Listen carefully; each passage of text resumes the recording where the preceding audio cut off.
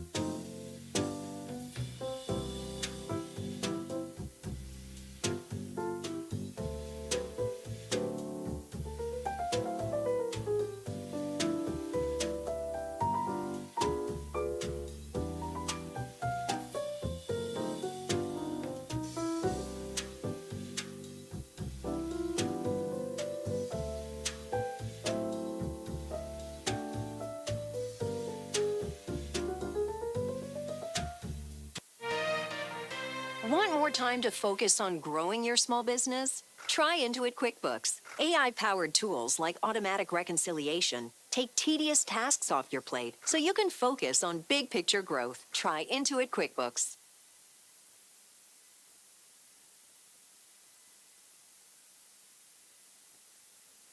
I know what you're thinking. Total glow up. What's her secret? Fine, I'll spill. I totally upgraded with Verizon. Everyone gets a free phone with any plan, even if you're already a customer, like me. Now I have Google Gemini. It's like a little glam squad in my pocket. Gemini, what eye makeup goes with this lipstick? I'd suggest a classic cat eye. Wow, setting the bar high for daycare pickup.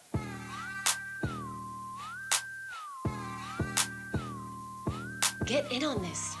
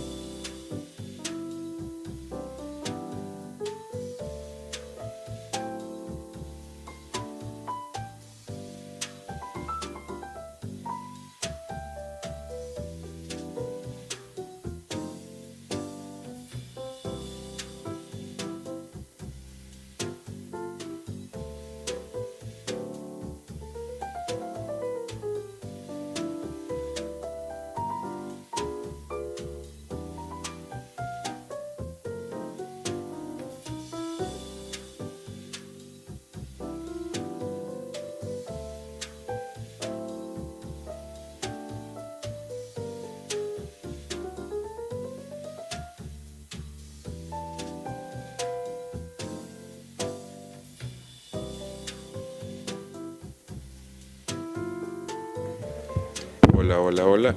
Probando audio 1, 2, 1, 2, 3, 4, 1, 2, 3, 4.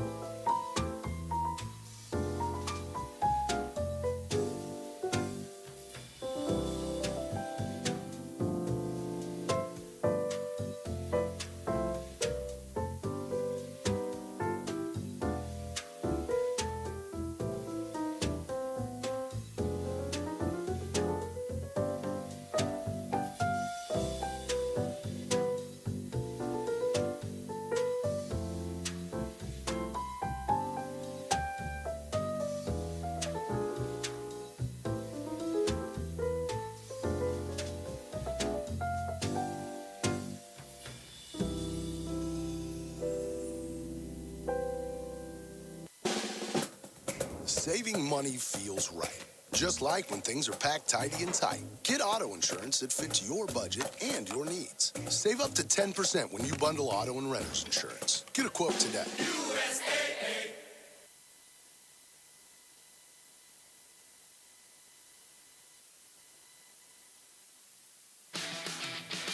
Got safety protocols? Grainger has the safety pros to call. Shop our vast inventory of safety products at Grainger.com. Call, click, or just stop by. Grainger, for the ones who get it done.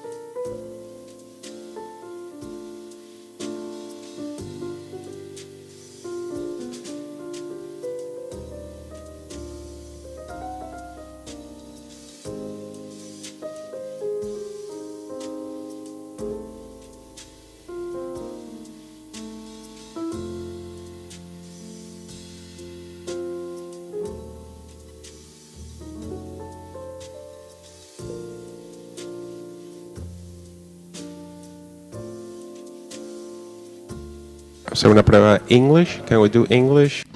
Yes, we can. Testing 1, 2, 3. Testing, testing. Well, absolutely. Thank you.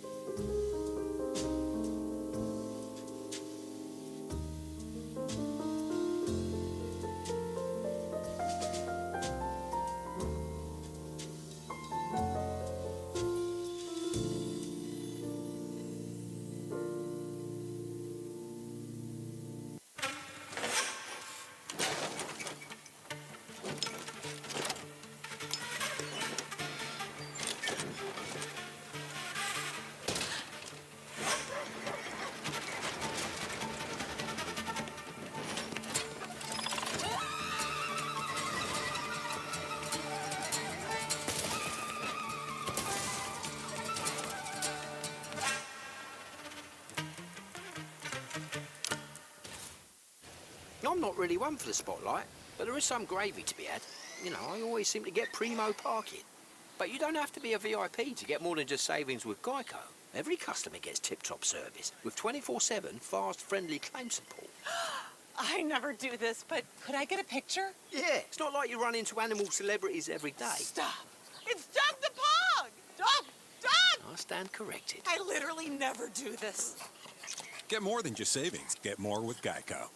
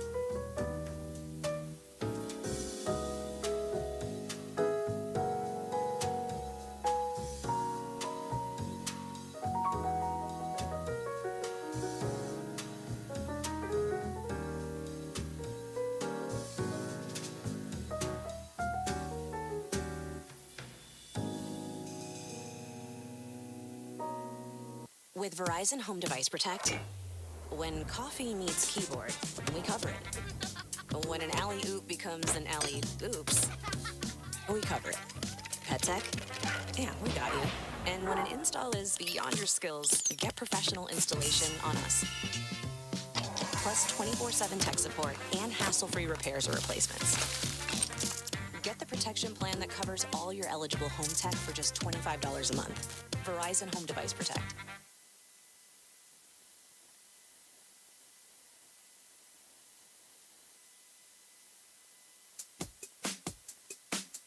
With the Amex Platinum Card, you can earn 5 times membership rewards points on flights and prepaid hotels. So next time you're ready to explore someplace new, you're set up for the perfect solo trip. Whether you're out on a new adventure or just taking in the sights, you can make every getaway even more rewarding. That's the powerful backing of American Express.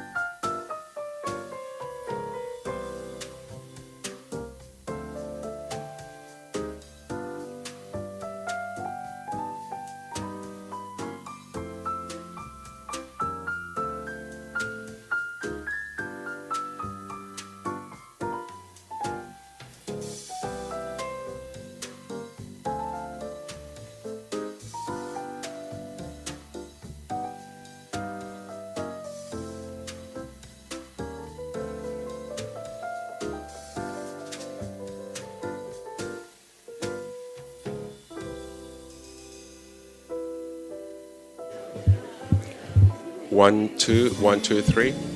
Sound check 1, 2, 3.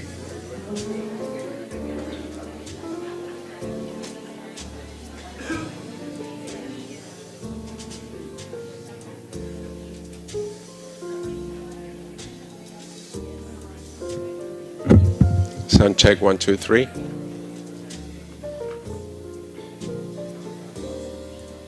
1, 2, 1, 2, 3. Sound check 1, 2, 3. 1, 2, 3. Sound check. Sound check 1, 2. Sound check 1, 2, 3.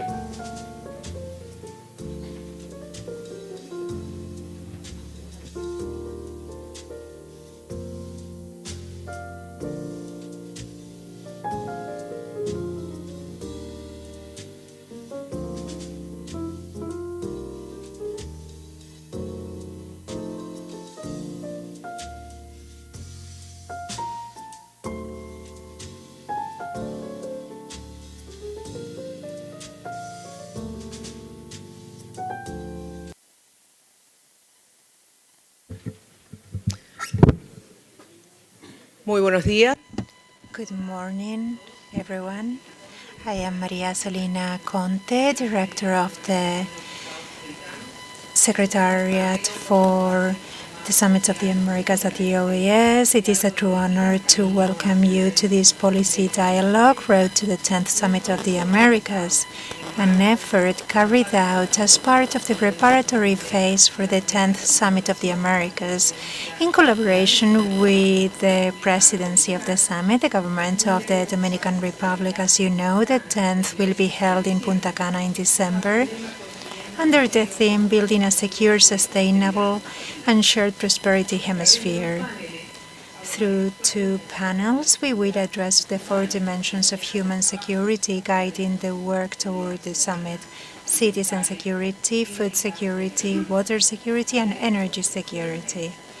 I would especially like to thank the Secretary General of the OAS, Mr. Albert Ramdane, and Ambassador Mayerlin Cordero, Permanent Representative of the OAS and Deputy National Coordinator of Summits for the Dominican Republic. A very special welcome to our invited panelists and moderators representing governments, multilateral agencies,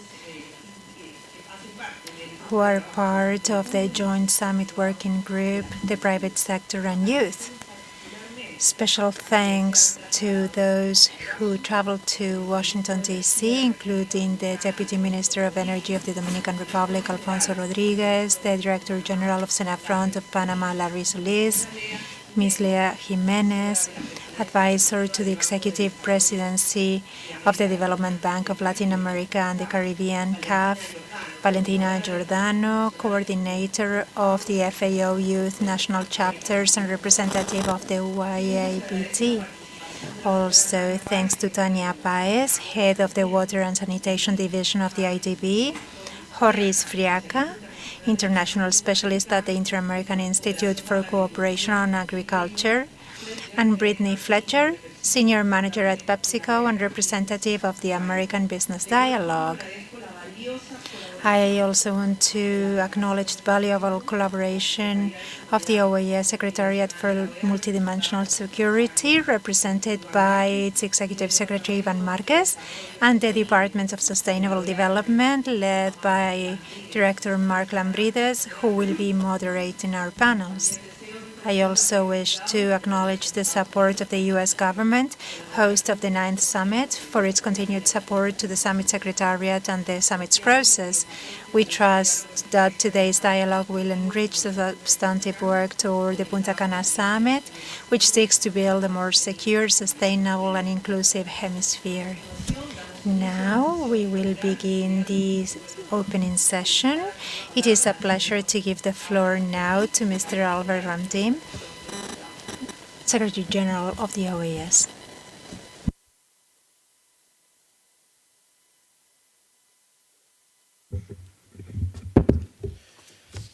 Good morning. Wow, everybody awake this Friday. Such a beautiful day outside, and we are inside. In Dominican Republic, it's every day like this. So, thank you very much being present here. I have particular present memories of cumbres, of summers of the Americas. Except for one, I went to all of them. And this is the 10th, but this is the 10th regular one. We have had many other special sessions, so it gives a great pleasure to be here. I want to recognize Ambassador Mayalin Cordero, permanent representative of the Dominican Republic in the OAS, Señor Alfonso Rodríguez, viceministro de Energía de la República Dominicana, Larry Solis, General Director of the Servicio Nacional de Fronteras of Panama, our colleagues, directors and secretaries from the Secretariat, permanent representatives, if present, representatives of institutions of the Joint Summit Working Group, the speakers for today, the panelists and the moderators. Thank you very much for your contribution. Ladies and gentlemen, so I'm pleased to open this policy dialogue leading up to the 10th Summit of the Americas that we are carrying out in collaboration with the chair of the 10th Summit, the government of the Dominican Republic.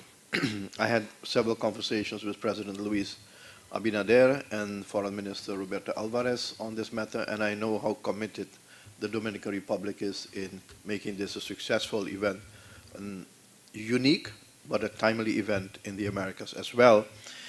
So therefore, our thanks to the government of the Dominican Republic and the people, of course, especially it's going to be held in Punta Cana, for its leadership, its commitment to a vision of hemispheric integration based on security, sustainability, and shared prosperity. I'll come back to the issue of shared prosperity. That vision is clearly expressed in the theme of the 10th Summit. I'm very pleased that this theme has been elected or selected, building a secure and sustainable hemisphere with shared prosperity. It goes to the heart of what we need today. As chair of the Joint Summit Working Group, I'm pleased to see how this event underscores the essence of the summit process. As a dynamic multi-actor engagement forum, it involves the whole of society, and both for inter-institutional and intra-institutional cooperation in advancing progress across the Americas, because that's what it's about. It's about creating progress. We have enough problems on our plate. What we need is solutions. This policy dialogue is an opportunity, therefore, to collectively deepen our opportunities to advance public policies, cooperation and investments to strengthen human security in the 4 dimensions of the 10th Summit: citizens, food, water, and energy security. Dimensions that represent the basis of human security and thus of development, well-being, and social cohesion in our Americas. And as we well know, these assurances require a long-term vision, but also effective cooperation and concrete steps in addition to political will, that commitment, and a steadfast leadership. As I said just a few days ago at the ministerial meeting of the Summit Implementation Review Group in Antigua and Barbuda, the real success of the summit process is not limited to the preparation, to the day of the high-level meeting. The key lies in what happens after.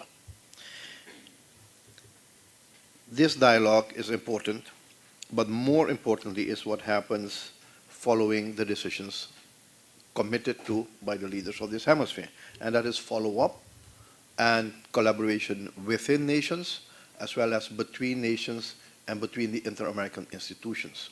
If we do not embed what leaders have decided in our work programs, whether that is the OAS from a political perspective, from the perspective of financing for development, like with the IDB and CAF here present, and other sub-regional banks, all those signatures will be of no value because it will not happen. So we have to be cognizant of that fact that when we sign a document, it is a commitment both at national level, within the national budget, as well as at the hemispheric level.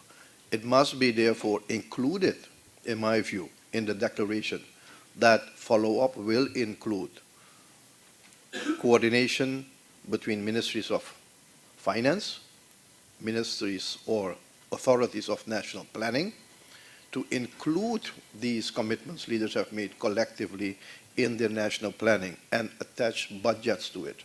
Because majority of the mandates will need to be executed at the national level.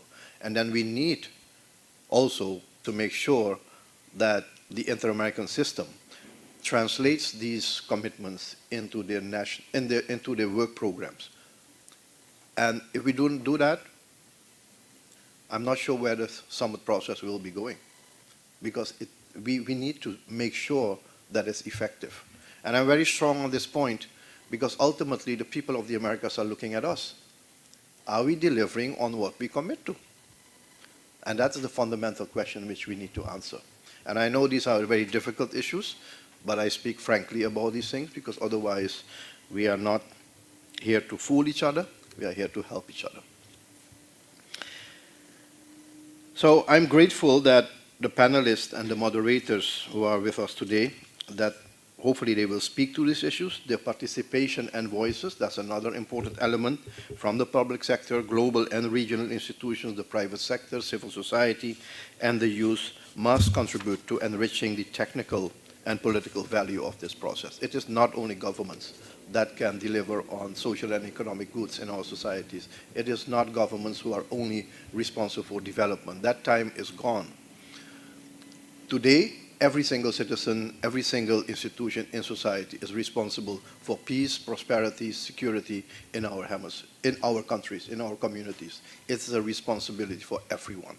And I think that's a notion that has to be going through many, many times and make everybody part of this process. So it's a collective exercise of reflection and projection towards development and solution-oriented. As I said, we do have enough problems. I don't want to hear about problems. I want to hear about solutions. How do we deal with this issue? And if we can't deal with all the issues, it's fine as well. Absolutely no problem. Let's not take things on our plate which we cannot resolve. Then give it some time. Let it be off, but let it not be a divisive agenda. Let it be a uniting agenda. And that is all what we are asking. And that's the new trend, and that's the new aspiration which we need in our hemisphere, a shared common path towards the future. And we, and of course the leaders, have it in their hands. It's not easy, but it requires a different mindset. So we know that at the regional and certainly at the global level, we live in the context of enormous transformations. I always say, even we live in an age where there is uncertainty, and uncertainty brings also anxiety in our societies at all levels, at the highest levels as well as the individual level. That anxiety must be addressed. And it's not a psychological issue. Okay, so I'm not saying that everybody should go to a counselor. What I'm saying is we all should be aware of the fact that there is an uneasy feeling with every citizen about where life takes us. The future is at stake. And it is up to the political leaders to find themselves to make and to give trust and confidence to the people that solutions are on their way. So these are things which we need to discuss in a very open manner. Apart from that political uncertainty, those political challenges in which I don't see only problems but opportunities, we have other standing issues, insecurity. We have poverty. We have the climate crisis, the inequality. And these things are interconnected. They affect each other. It is fortunate that our founding fathers in 1948 established, and it's still relevant today, as it was in 1948. The founding, the core business of the Organization of American States is around 4 principles. It's about democracy, it's about security, it's about prosperity, and human rights. Those principles then are still equally important today. The difference is, in circumstances then, it was possibly easier to make progress. And we made a lot of progress in terms of democracies. Look at how many dictatorships were around 1948 and how many democratically elected governments we have today. Let's look at it from a positive perspective. We have made a lot of progress. Where we have not made progress because of circumstances which have changed is providing the member states, the people of the Americas, a secure living environment in terms of the environment, in terms of economic prosperity. So all these four elements are linked with each other. But let's focus also on creating more development, creating more jobs, more opportunities, more income, more productivity. It will mitigate insecurity. It will give a future to young people towards a different life than in crime. It will make migration less prominent in our hemisphere. It will mitigate, it will strengthen democracy and our governance systems. So for me, development is important. So depending on the circumstances and the age in which we live, these four elements remain important, but the importance of some elements become more relevant in the whole discussion. And I think this is the thinking which we need. I'm happy that Dominican Republic has chosen the four themes here. Citizen security, I'm not going to go on it. I'm sure, Ivan, you provided very important input. We'll share that with everybody, but otherwise I will talk too long. Food security is critically important, and energy security as well as citizen security, water security. These are the backbones of creating a stable, prosperous economy. Water security, energy security, food security, and citizen security. We have them all in our hemisphere. There are some regions who do not have water, like in the Middle East. They need to import water. We don't need to. We have the Amazon basin. Let's treat it well. We have energy security. There are many countries in our hemisphere that produce oil and gas and renewable energy. The hemisphere is doing reasonably well, 64%, I believe, Mark, in terms of renewable energy. So let's cherish those, but expand on it, make it broader. Let it reach those underdevelopment areas in our hemisphere as well, where people can then foster in terms of their life. I mean, if we can take care of food security and we have fertile land in our hemisphere, sufficient fertile land to provide for food security, then we have created the conditions for a peaceful hemisphere, for a prosperous hemisphere, and for a secure hemisphere. I mean, how difficult is that to achieve? It shouldn't be that difficult. But we are bogged down by ideological, political divisions. And I appeal to the leaders of the hemisphere to start rethinking that process. And I hope in the Dominican Republic, President Abinader will follow the same, is rethink our future path, rethink our way of governing not only our countries, but our hemisphere. That's a responsibility they carry. And I speak frankly about this and publicly about this because it's time. It's time. If we don't do that, we will be talking at our next summit still about these issues. And what I want to close with very strongly is I spoke about the implementation process. And I really, it's critical for me because if you have been to 9 of the 10 summits, I wasn't there for the 1994 summit, then you wonder what is the value of a process. Because what did we create? What did we achieve? There must be a report, Maria, in terms of what did the summit deliver to the Americas. I think a frank, critical report, together with the Joint Summit Working Group, what did we achieve? We did do a lot of things. We identified where we want to work together, but did we achieve it? So we must be frank, and at the same time, I'm very optimistic that we can make progress. So for me, ultimately, whatever and however we do must be to create more peace and prosperity in our hemisphere. That is key. Nothing else is relevant. And where there are gaps of inefficiencies, let us work with those member states where the gaps are, and every member state has gaps in this context, okay? Some more than others, some more challenging than others, but every single member state has a gap, which we need to address. Let us work with those member states and other key stakeholders like civil society, the private sector, to improve conditions for democracy, for human rights, for security, and for sustainable development. But let us work in a collaborative spirit. Let us work in a very constructive, with a constructive demeanor, and help each other to unite and to create a better society. And a forward-looking and common shared agenda towards the future of the Americas, peace and prosperity, must be at the core of that thinking. And it's something which we have to nurture every single day in preparation for the Summit of the Americas. The 10th Summit of the Americas symbolically is a nice figure, the 10th, but let's make it also historic, that we set a new path for development and for prosperity in the Americas. There are too many issues that affect the individual life of people.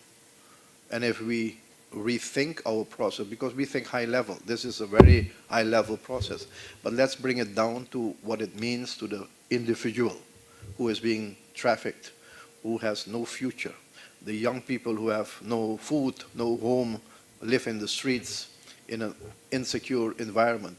If we think about that, then I'm sure our minds will change, instead of thinking about a broader picture of political deficiencies and inefficiencies and division. So that is my message. We have an opportunity here. Dominican Republic is our host, and I'm sure it will be great, but let it be as well, together with the private sector, which is centered to the process in the Dominican Republic's summit. Let it be a process where we don't leave it up to the host country alone to guarantee sufficient and effective follow-up. Let us do that together, inter-American institutions together, and we will convene the Joint Summit Working Group possibly in August, so that we can discuss the same tone which I have here, there as well, and set an agenda for the future to the benefit of the people of the Americas. I thank you very much, and I wish all the presenters lots of success, and give us good ideas, and on the same path forward, and making sure that we get that message through to the whole, not only in the whole process, Dominican Republic, but also to the leaders who will be attending. Muchas gracias a todos.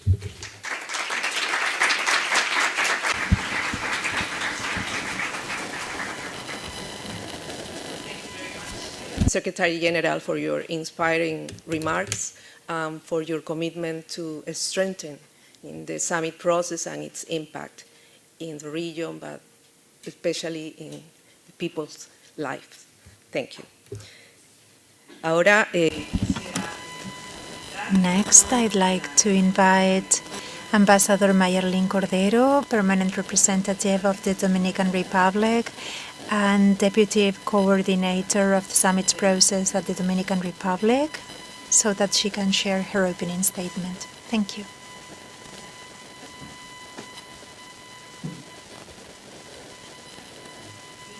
Good morning, Secretary General, Ambassador Ramdin, Ivan Marquez, Secretary for Multidimensional Security, Vice Minister Rodriguez, Mr. Larry Solis, Director General of SENAFRONT in Panama, ambassadors with us this morning, officials from the General Secretariat of the OAS, delegates, alternate delegates, friends. First of all, I'd like to thank the Secretary General for his clear message pertaining to the summit, not only referring to the summit process as such, but also the way in which we need to consider the topics and the future of the region through the implementation of the mandates emanating from the summit. This will guarantee the success of the decisions our heads of state make. On behalf of the Dominican Republic, host of the 10th Summit of the Americas, it's a pleasure for me to open this dialogue. The road to the 10th Summit of the Americas, with the motto Building a Secure, Sustainable Hemisphere with Shared Prosperity. This policy dialogue is a valuable opportunity to move forward in a joint thinking about the architecture of actions that will guide the process. I'd like to thank the Summit Secretariat, Maria Celina's team, and Maria Celina herself for working closely together in this forum to have voices gather around the 4 topics put forward by my country: citizen security, food security, water security, and energy security. This puts forward the shared challenges and also specific cooperation opportunities in the region. This forum has been thought of to address 2 elements that are essential for the sustainable development and the stability of our region. First, the need to consider the structural causes of citizen insecurity with integral, comprehensive policies to address human security and peace. We will also look at the link between food, water, and energy security, promoting resilient systems with responsible investment, regional cooperation, and other strategies, with a focus that doesn't look at security in a restrictive fashion. Rather, we focus on individuals and their rights. We have thus urged having civil society, youth, citizens as part of this process to give answers and have a transformation to address the challenges that our region faces. I'd like to echo what Foreign Affairs Minister Alvarez said during the ministerial meeting recently held in Antigua and Barbuda, where he said that human security is an essential condition for inclusive development, democratic legitimacy, and collective well-being. Today, we are here to identify good practices, share challenges, and possible partnerships regarding these 4 strategic elements. I'd like to deeply thank all those who are part of this effort and reiterate that the Dominican Republic is committed to be a leader with openness and a sense of urgency in a process that will be transformative for the Americas. Thank you very much.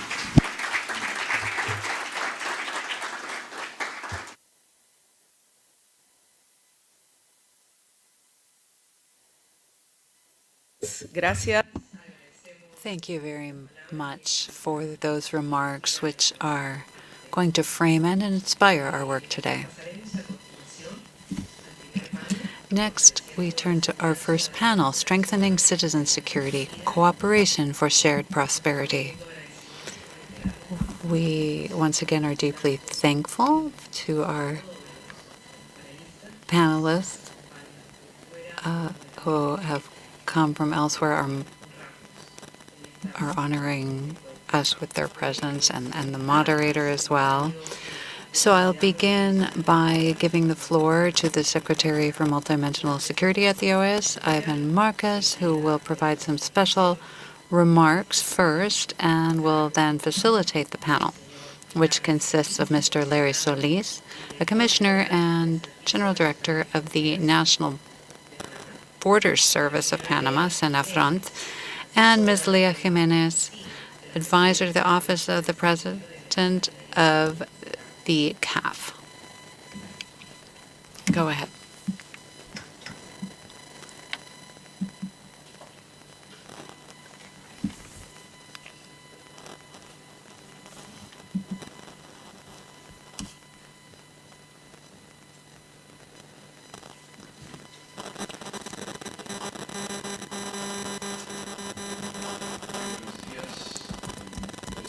Good morning to everyone. Warm greetings especially go to Secretary General Albert Ramdin and the Ambassador Mayerlin Cordero, permanent representative to the OAS for the Dominican Republic. And thank you also to the ambassadors and delegations of the permanent missions who are with us today. And welcome to all the guests who are joining us today. Special thanks also go to the Summit Secretariat, represented by Maria Celina Conte, and the government of the Dominican Republic, which made this policy dialogue, the road to the 10th Summit, possible. I'd like to open the first panel on security with a brief introduction that will help us frame the conversation and highlight the priorities of the countries and understand how the Secretariat for Multidimensional Security and all of the OAS can support us in achieving these aims. But before doing that, I'd like to acknowledge the two experts who are joining us as panelists, and I invite you to come take your seats. Commissioner Larry Solis, General Director of Senafront in Panama, please take a seat. And Leah Jimenez, Advisor of the Office of the President at the Development Bank of Latin America and the Caribbean, CAF.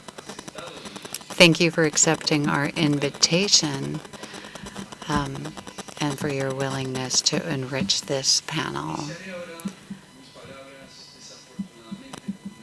Now, I have to unfortunately begin my remarks with a pessimistic comment. Everyone here is well aware of the epidemic violence and insecurity that are afflicting our societies. It's nothing new. Throughout history, insecurity in the region has been characterized by a combination of different types of violence that interact and mutually reinforce one another in a vicious circle. And in some way, we've all experienced just how difficult it is to address this. Our region has multiple types of violence: institutional violence, political violence, social violence, interpersonal, criminal, armed, and gender-based violence. And all of this arises from historical inequalities, economic, social, income, gender inequality, inequality in terms of job opportunities, and unequal access to justice. And given these circumstances, Latin America and the Caribbean have become fertile ground for an ever-expanding national and international organized crime, driven initially by the profits to be gained in drug trafficking, but it has now diversified into other equally intractable problems: weapons trafficking, porous borders, insufficiently monitored ports, and all of this has led to a context in which there is a dense and diverse tapestry of illegal actors. And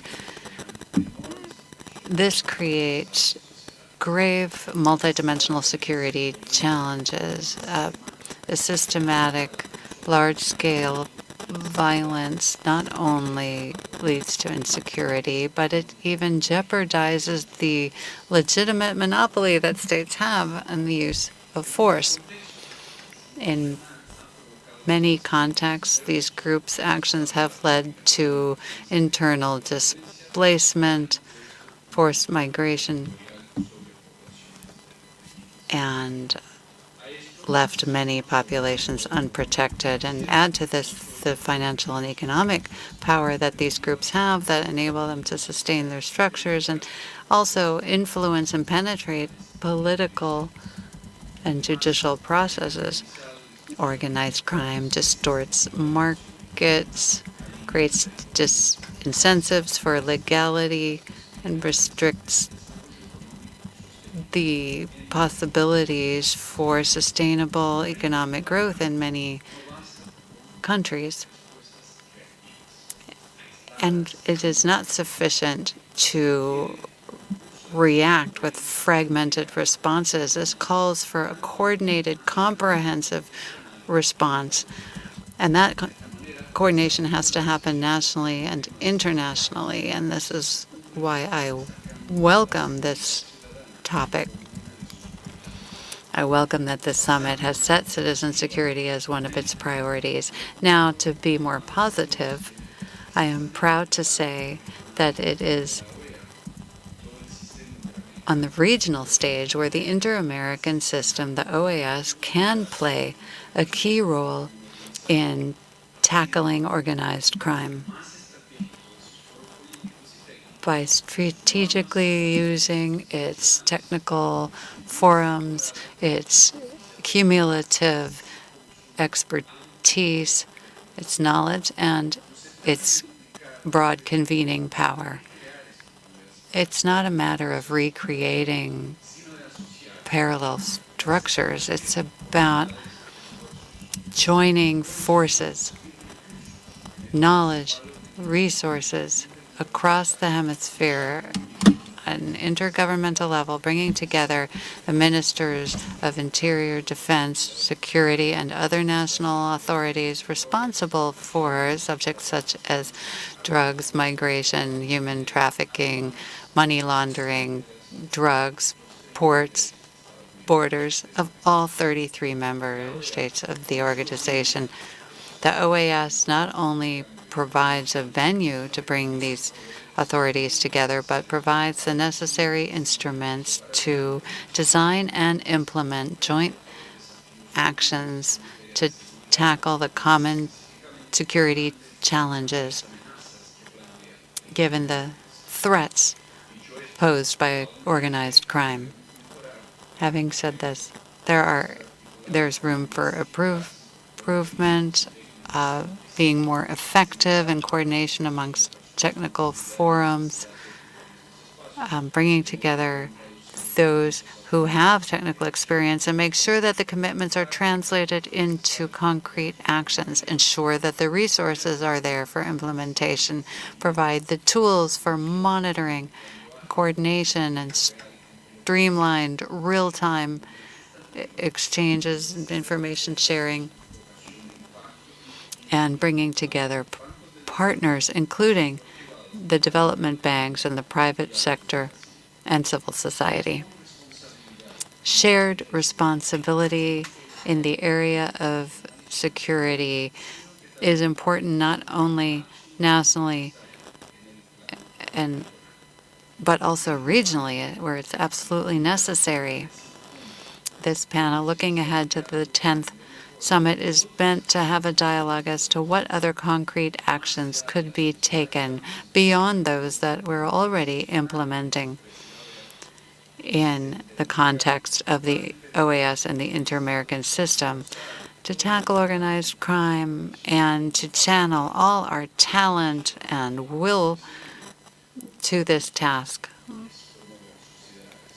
the task of promoting societies where what prevails is the rule of law, peaceful coexistence, and legality. So I will leave my opening statement right there and now join the panelists, to whom I will pose a few questions to kick us off. Thank you.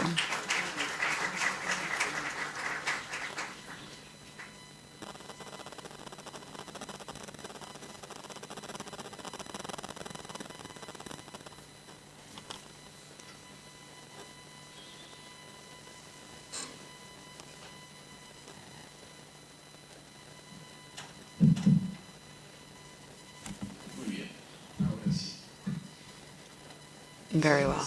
I'd like to begin then by saying thank you to our panelists, Commissioner Solis, Leah. I'd like to begin with a question directed to Larry Solis, Director General of Senafront in Panama. Commissioner, based on the operations that you've conducted against transnational organized crime, how would you describe the main modes of operation of these groups in Panama? In other words, how do these groups operate in your country, and how are you addressing that? Good morning. Thank you for the opportunity on behalf of our country and all the men and women that are part of the Panamanian government. To your question,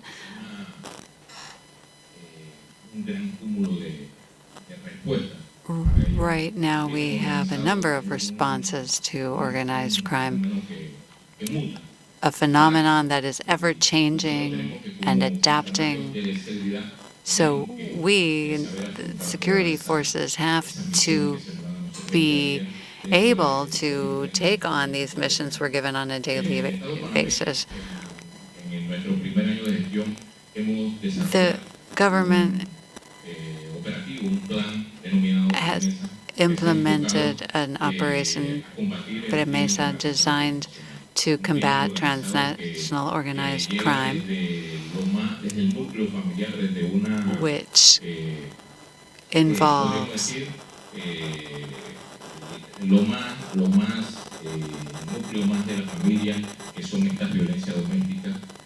which goes all the way from violence at the family level and affects all of society. It has many ways of recruiting within communities. These major gangs are always drawing in new people, and we, the Border Service, are working hand in hand with other authorities to keep that from happening. Organized crime right now has permeated society to a terrible degree. We see them using AI now. We see how they are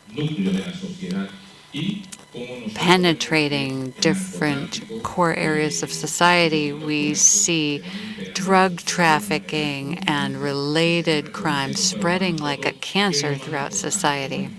Now, what's the most important thing for us? That is working on an interagency basis on prevention to stop this scourge.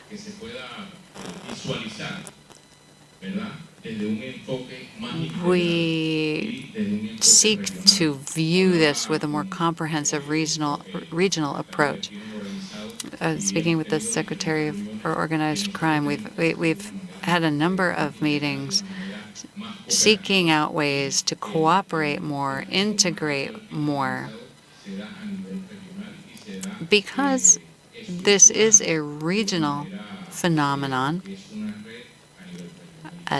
a regional network, and so we have to tackle it that way. Thank you. And just to follow up, could you provide some examples of good practices used in Panama in border control and how border policies can help tackle this problem? Yes, thank you for that question. Under our current president, we've successfully implemented plans and strategies for a head-on fight against organized crime from a multi-dimensional approach, including economic, social, and human factors. In our first year, we worked hand in hand to reduce mass irregular migration through the Darien Gap. That had been a channel through which organized crime had extended its tentacles. And so we, in terms of good practices, were able to slow that down from in the last 9 years, 1.3 million people have crossed through the Darien Gap. So in terms of best practices, we set up a blockade, creating a safer humanitarian route, protecting migrants from these groups, including the Gulf Clan. And then working with the U.S. too, we've had a 100% drop in migration. This based on firm action led by the Border Service at a national level. But the operation was conducted on an interagency cooperative basis. There are synergies with the UN system as well, so that ensured that things were handled well in humanitarian terms, protecting migrants from organized crime. And the United Nations system was able to create that synergy with the Panamanian government, and so we could approach this cooperatively, comprehensively. We were able to ask for help whenever we needed it, because the challenge outstripped our capabilities at the national level, and that's why it was important to be able to approach other agencies domestically and internationally and organize a response there. We created a humanitarian border unit. Mass migration was a strategic risk for the Panamanian state, and we've now seen crime related to migration go down. We've seen an impact on TCO finances. We have drug trafficking, human trafficking, environmental crimes, all caused by these groups. And so we implemented a plan called Firmeza, firmness, to tackle those criminal structures. It has elements of both law enforcement and prevention. Primary prevention is a key focus when we looked at how we could tackle organized crime. We tried to look at it cooperatively and to focus on the concept of citizen security. Everything that can be done at an interagency level to have a people-centered approach. And I think these good practices have helped us succeed in tackling the phenomenon. Excellent. Thank you very much, Commissioner. I'm going to turn now to our other panelist, Lea Jimenez from the CAF. In March this year, the CAF presented a strategic framework for security and justice in development of Latin America and the Caribbean. This document identifies the region as the epicenter of organized crime, unfortunately. So I wanted to ask you, from the CAF's perspectives, what are the main impacts that organized crime is having on development, and which of these is of greatest concern? Thank you very much, Yvonne. Good morning to everyone. It's a great pleasure to be here addressing you this morning with this excellent panel and all our guests and viewers. I like the question, Yvonne. because it gives us the opportunity to discuss what the institution is doing, how we're tackling the issue. And it's important, I think, to look at the vision we've constructed. It was very interesting to hear you, the representative for Panama, and the Secretary General. It's good to see that we are very aligned in terms of our approaches, and that's good news. In the 17th century, an English philosopher talked about the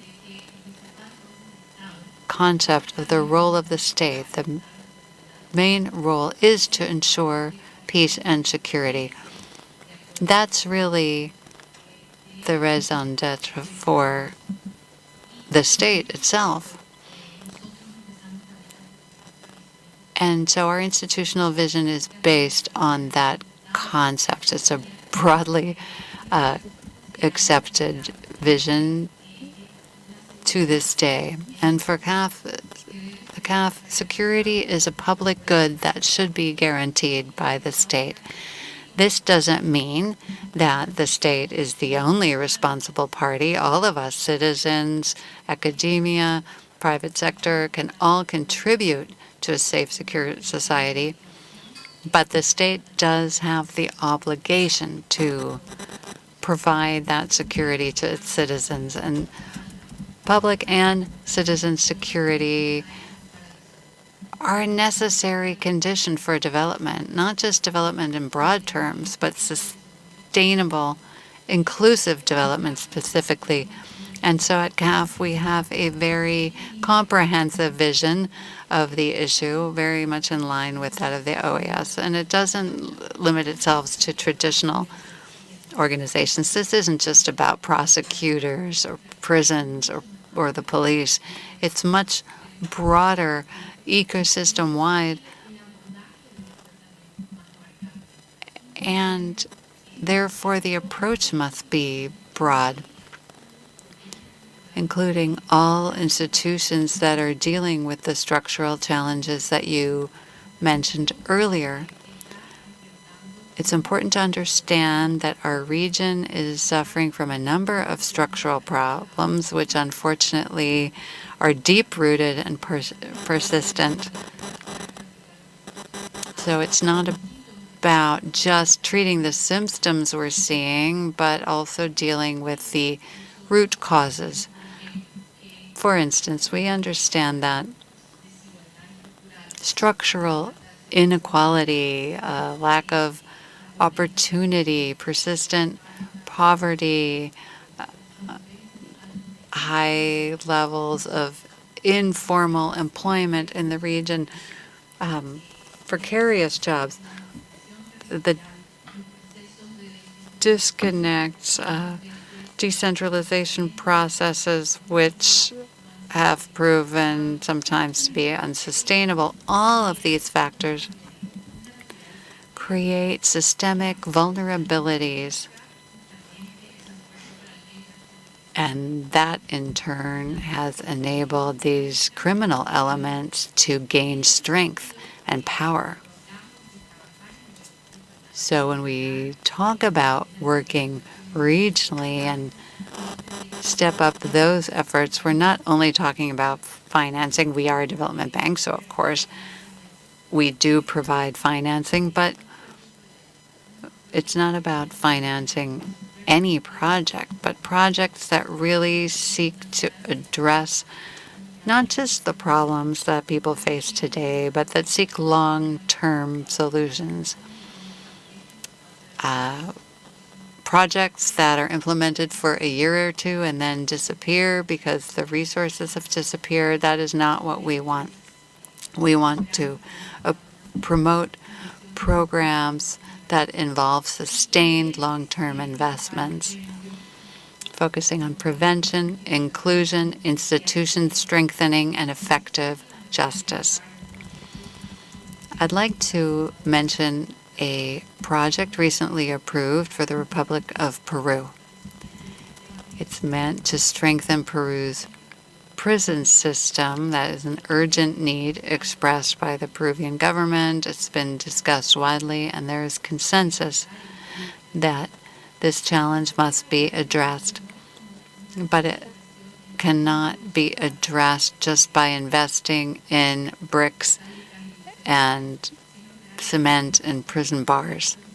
It has to be much broader than that. There has to be a change in the approach to managing the prison system, one that promotes social reintegration, rehabilitation, and the prevention of recidivism. That must be at the heart of the prison system, because we've seen many countries in the region where the prison system has actually served to strengthen organized crime. We also firmly believe that in scaling up projects, we should not only replicate what has worked in other countries or regions, though of course we always look to the lessons learned.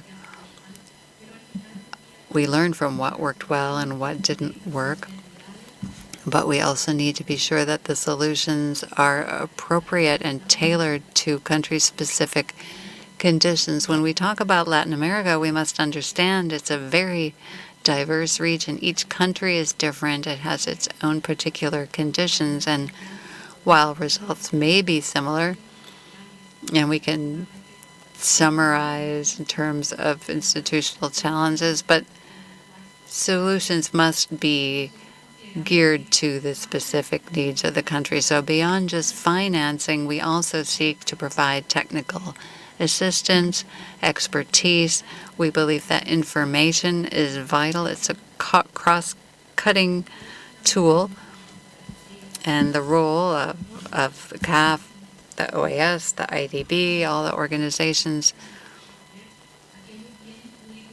need to focus on these regional public goals and coordinate efforts regionally. There are some projects that can be very difficult to implement for just one country, but it can end up being much easier if it's done regionally. So we are here to support this enormous task in any way we can. I was very happy to hear the message from the Secretary General that this is a central issue that must be a priority. Certainly it's been made a priority at the 10th summit. Thank you very much, Leah. Following up a bit on this excellent project that you're undertaking in Peru, could you provide other examples of interesting projects underway in countries that are dealing with this issue? Thank you so much. Rather than finger pointing, I think that something we need to accept is that absolutely every country in the region is somewhat affected by organized crime. In the past, we could say there was drug trafficking in Colombia, issues with cocaine in Mexico, and other neighboring countries. However, today, throughout the hemisphere, we see that every country is critically affected one way or another, even when they are not manufacturers of these drugs. And this has to do with the structural challenges we mentioned before, and also as a result of institutional challenges which have been so hard to overcome. We've found it very hard to increase institutional strength. You pointed out other examples. Today, we see significant demand by countries, not only regarding financial assistance, but also vis-à-vis technical assistance, technical cooperation. We are working with Uruguay, looking at the development of illicit economy you may not be aware of the fact that organized crime has been able to take advantage of our human capital, our natural resources. They've been able to exploit logistics to position Latin America and the Caribbean in number 12 or 15 criminal markets. We're talking not just about drugs, but also financial crimes, cybercrime, human trafficking, illegal mining, smuggling of natural resources, gun smuggling. We see, unfortunately, countless criminal endeavors that have positioned the region, turning this regional capital into strategic inputs to strengthen the activities of transnational organized crime. This is something that should give rise to interest among us.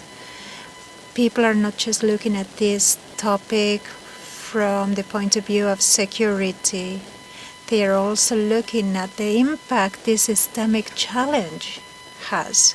This has a social impact affecting our youth, our young human capital.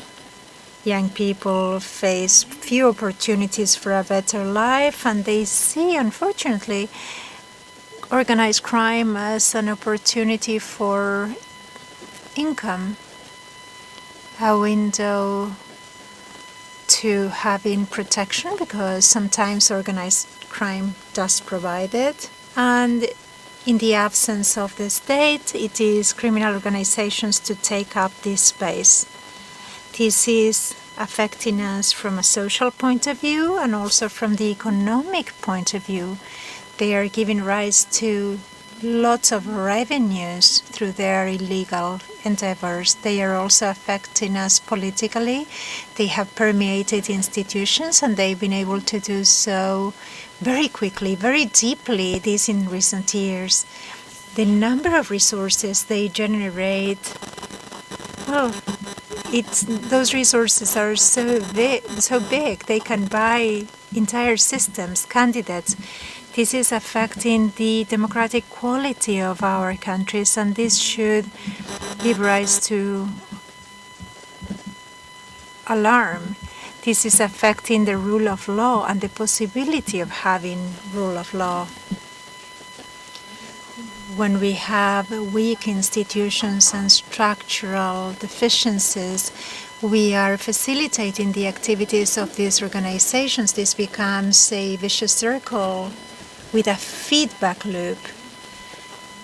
We need to be united against organized crime, organized against organized crime. We need to have stronger tools than they have, and we must understand that they are playing this match with a different set of rules. The rules of the game are different for them. They have a huge financial capacity.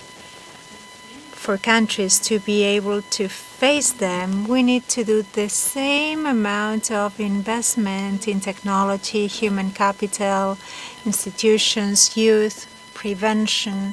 We need to be up to the challenge, and we must coordinate our actions if we work at a disjointed fashion, not just at international level, but also at the national level. The challenge becomes even more complex. Facing this becomes more complex.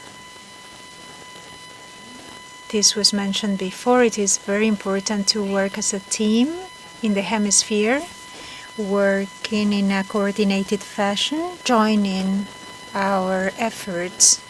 Thank you very much. I am happy to hear that this topic, with the seriousness it has because of the many challenges it poses, I am happy to hear this will be a significant component of the high-level meeting in the Dominican Republic. Going back to Commissioner Solis, Even regarding transnational organized crime, what are the main challenges Panama faces at the border? And more in depth, how can regional and sub-regional cooperation strengthen an answer to these challenges? Thanks for your question. We have a geographical location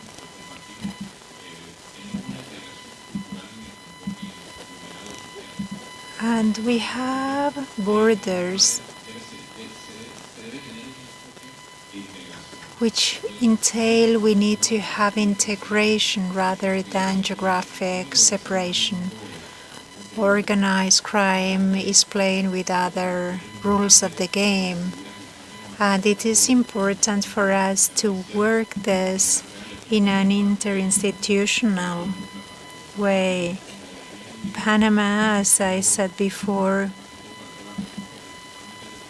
has a challenge. It's a challenge for the region, actually.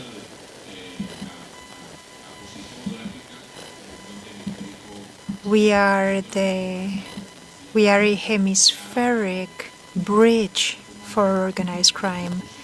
They are taking advantage of the position of different countries. As you know, we have the Panama Canal, we have a logistical hub there, which entails an opportunity for them. We need to take this into account.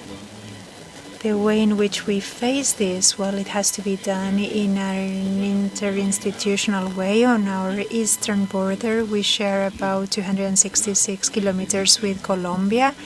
This is jungle at the Darien Gap. This is a natural barrier, but this is taken advantage of by organized crime for drug trafficking, also for environmental crimes, also for illegal mining. And this represents over 500 million annually for the Clan of the Gulf. And as I said before, human smuggling, irregular migration, this was an opportunity for them to continue to generate more revenues. With Costa Rica, we have a shared border of about 360 kilometers. From the north to the south, we get guns, we get money from all of those crimes. It would be important for us to have plans and strategies with countries, Costa Rica, Colombia, and at the regional level so that we can work with greater intelligence. We can also take into account new standards, especially pertaining to cybersecurity. This is so important for all the countries in the region. We also want to replicate lessons learned from other countries. If we, for example, we see that Colombia has handled different problems, if they have good practices that we can apply, that would be very good. Not only doing this at the regional level, but also at the level of the hemisphere, as Leo was saying. It is very important for us to review all of these lessons learned so that we can also look at these prevention projects. I was listening to her and I was listening about the project for Peru and the system of corrections. How about having these projects for primary prevention rather than secondary or tertiary? This is something we need to do as a country, and as I said before, the panel, we need to standardize or have a unique concept for citizen security in the Americas, something that we can all do. so that we can consider the citizen as the center.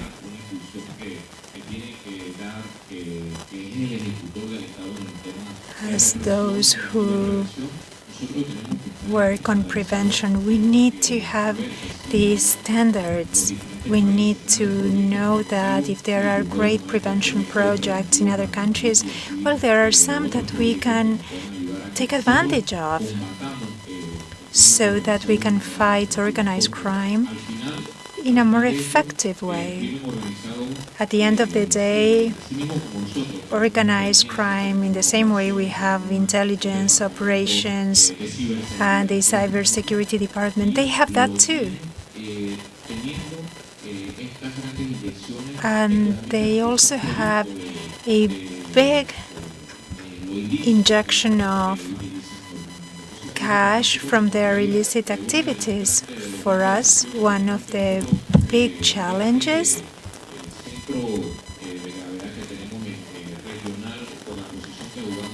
given our location, well, maybe we could work more with other countries.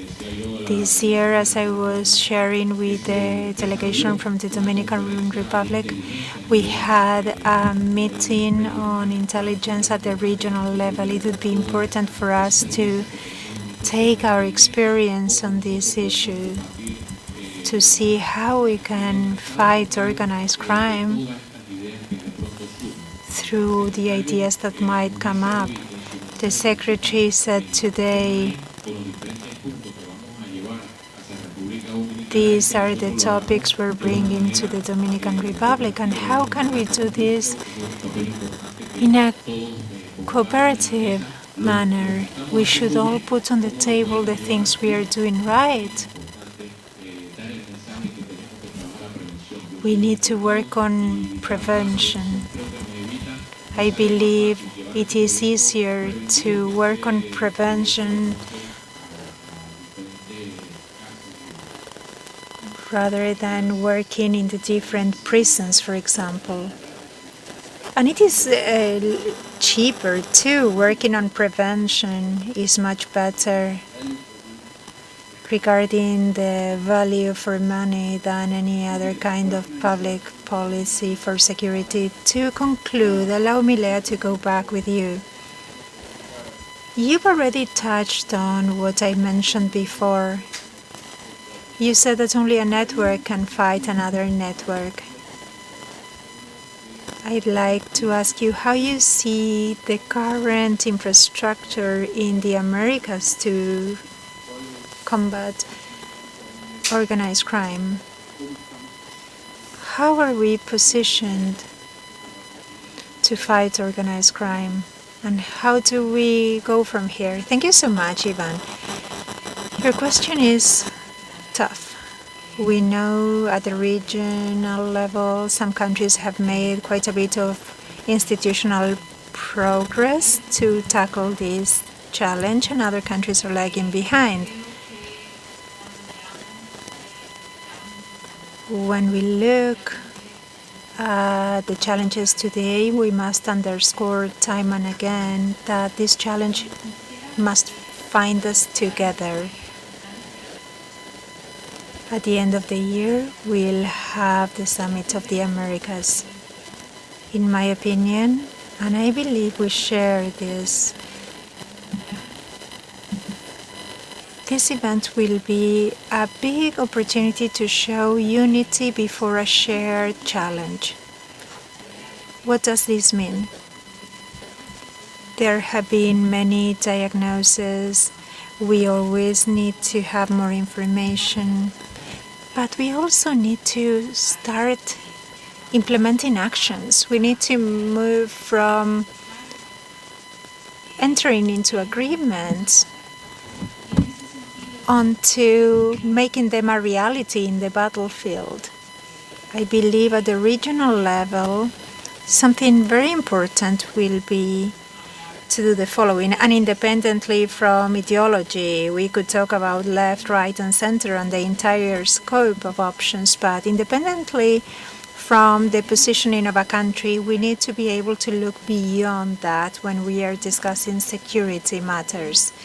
This does not mean we need to agree on everything, but we need to look at the challenge of the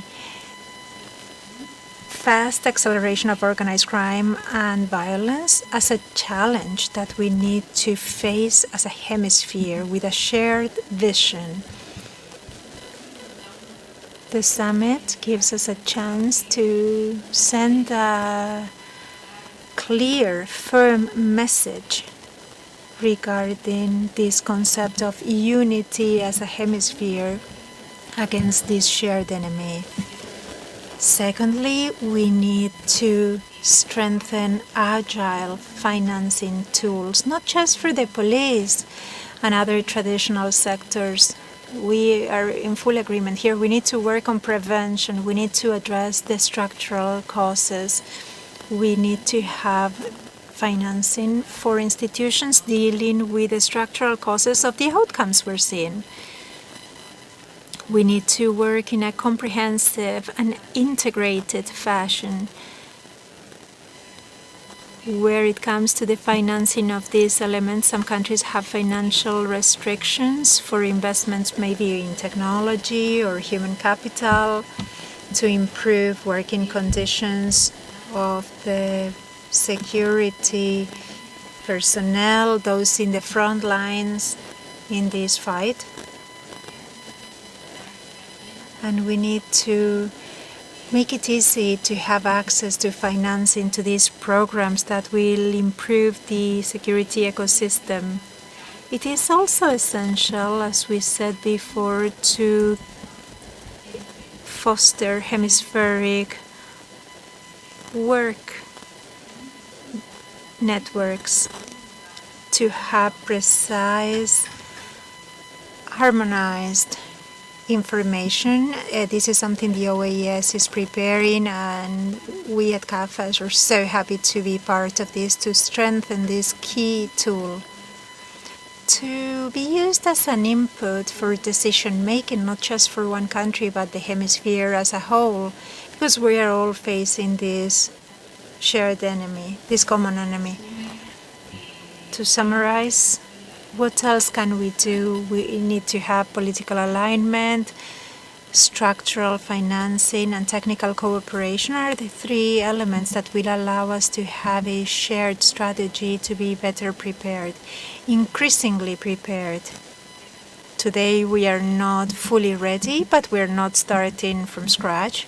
But we need to strengthen coordination and teamwork to be able to defeat organized crime with much better results for the region.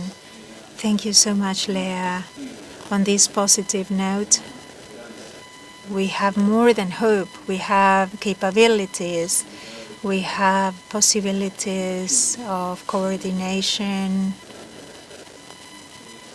This goes beyond what we've seen before. We'd like to thank both panelists for their presentations today, and thank you attendees for being with us on this first panel. Thank you so much, and we will continue with the program.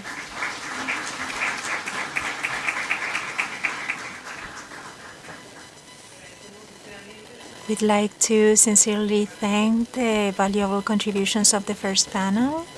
Your thoughts invite us to rethink citizen security from a multi-sectoral view, a more humane view based on regional cooperation. We'll have a coffee break now. Please come back at 11 to continue with the second panel. Thank you.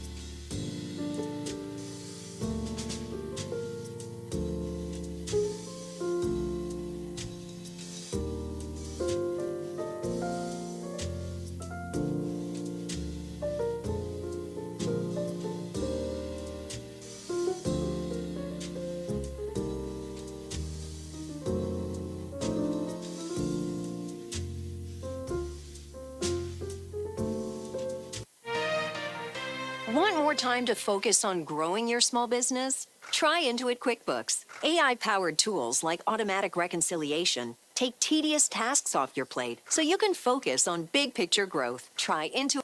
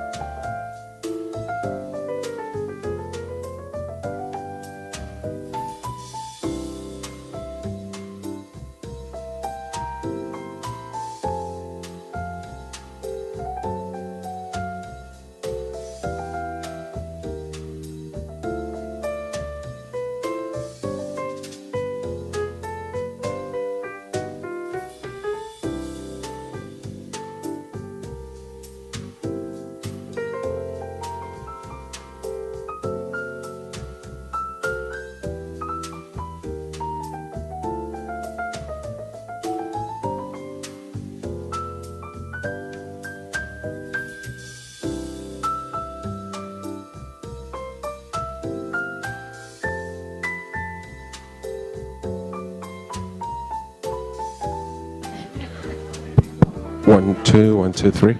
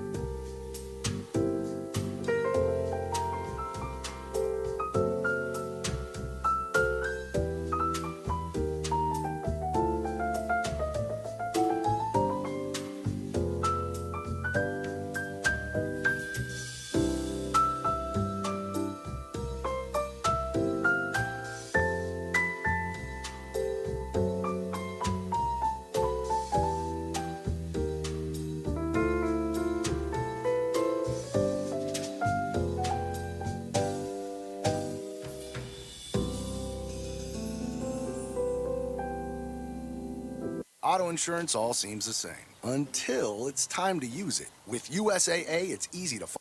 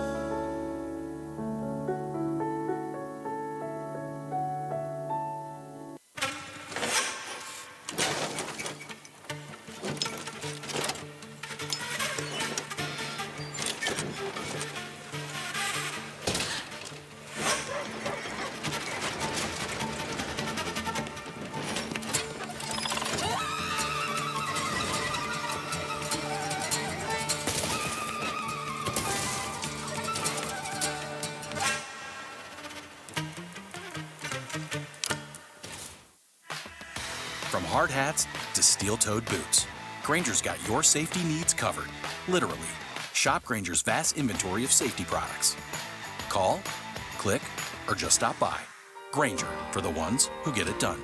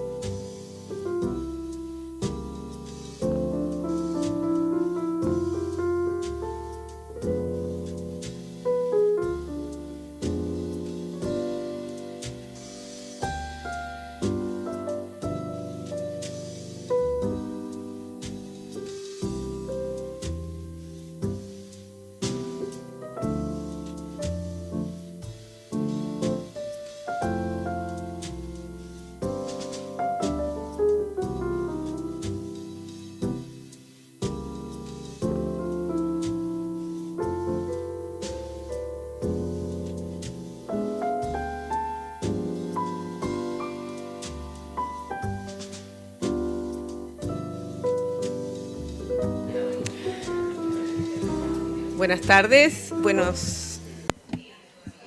All right, good morning.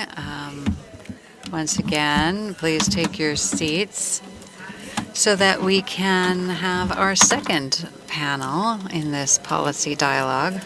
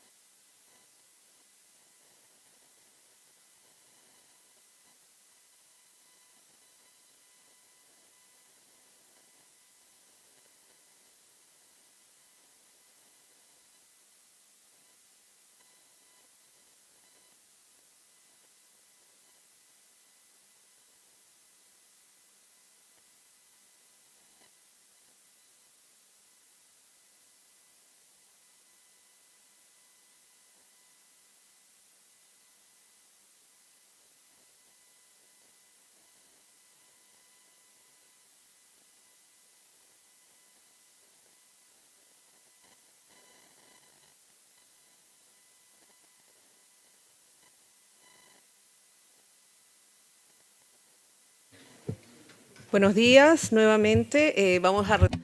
All right, good morning once again. So we'll resume now with our second panel entitled Food, Water, and Energy Security, Linkages and Interdependency. This panel will be moderated by Mr. Mark Lambrides, Director of the Department of Sustainable Development at the OAS. So he'll open up with some special remarks. Our panel consists of the Deputy Minister of Energy of the Dominican Republic, Alfonso Rodriguez, Ms. Tania Paez, Head of the Water and Sanitation Division at the IDB, Joris Friaca, an International Specialist at the IICA, Brittany Flager, Senior Manager for Government Relations at PepsiCo and representative of the Americas Business Dialogue. Thank you to all for honoring us with your presence.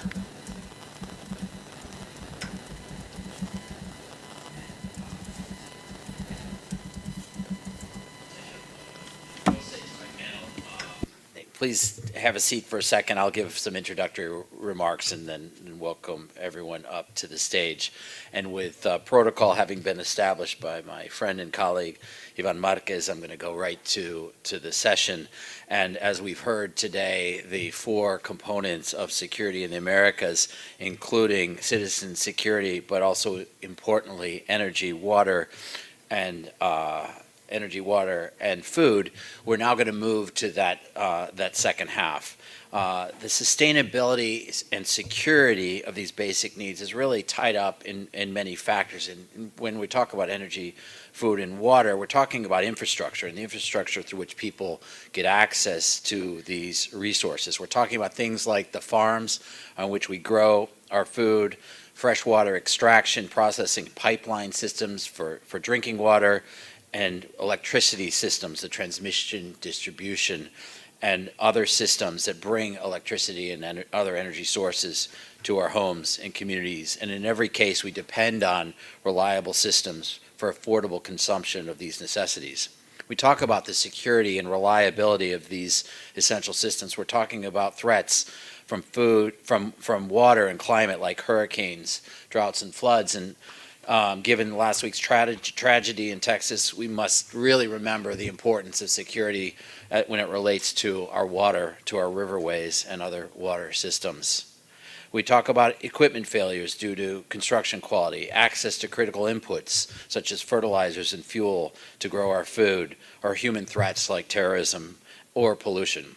In all cases, the reliability of our critical infrastructure can be strengthened through proper laws, regulations, enforcement, knowledge and data sharing, investments in quality materials and services, and transboundary cooperation. Of course, the OAS has a long history of supporting our member states for services across these areas. For example, in the area of food security, our partners, AICA, provide direct assistance to member states to help with the development and expansion of sustainable agriculture. Another important source of food in the region and throughout the world is the ocean. Fisheries and aquaculture are critical sources of calories in our diets. And as a hemisphere, we are 32 of 34 member states with ocean bordering lands.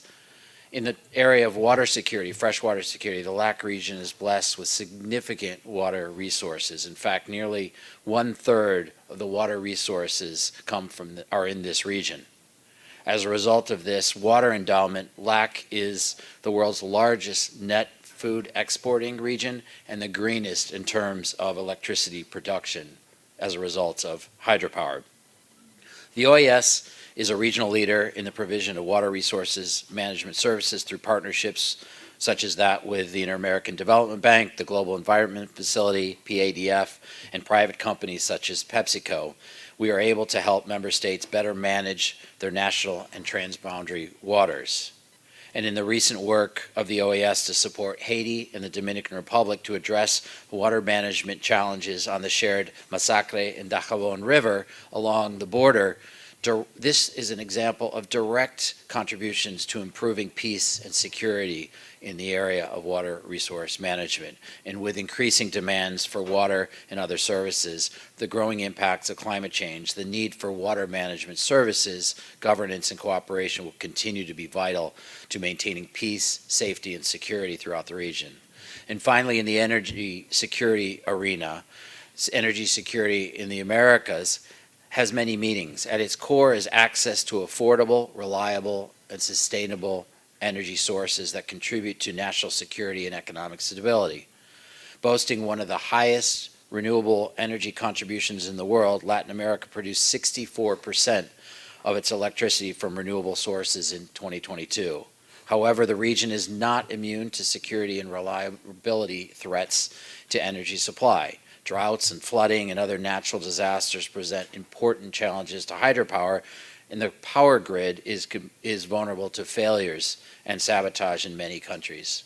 In the Caribbean region, The considerable dependence on oil and gas for power supplies results in significant reliability challenges, and countries are currently moving to address this through diversification with renewable energy sources.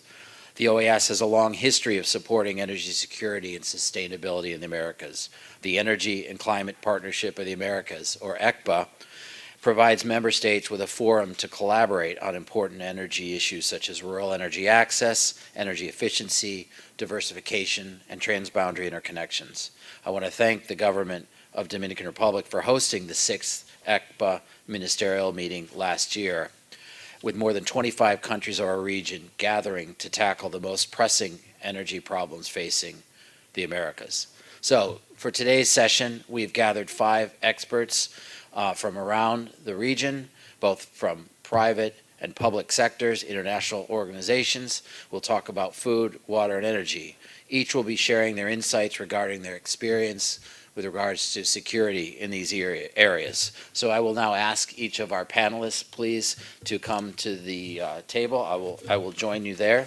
So again, we're inviting Vice Minister Alfonso Rodriguez, Vice Minister for Energy in the Dominican Republic, Tania Pais, Chief of the Water and Sanitation Division of the Inter-American Development Bank, Horace Friaca from the Inter-American Institute for Cooperation on Agriculture, Brittany Flegger, Government Relations, Western Hemisphere, PepsiCo, and Valentina Giordano, Youth Local Action Team and National Youth Chapter Coordinator for FAO, Food and Agriculture Organization of the United Nations.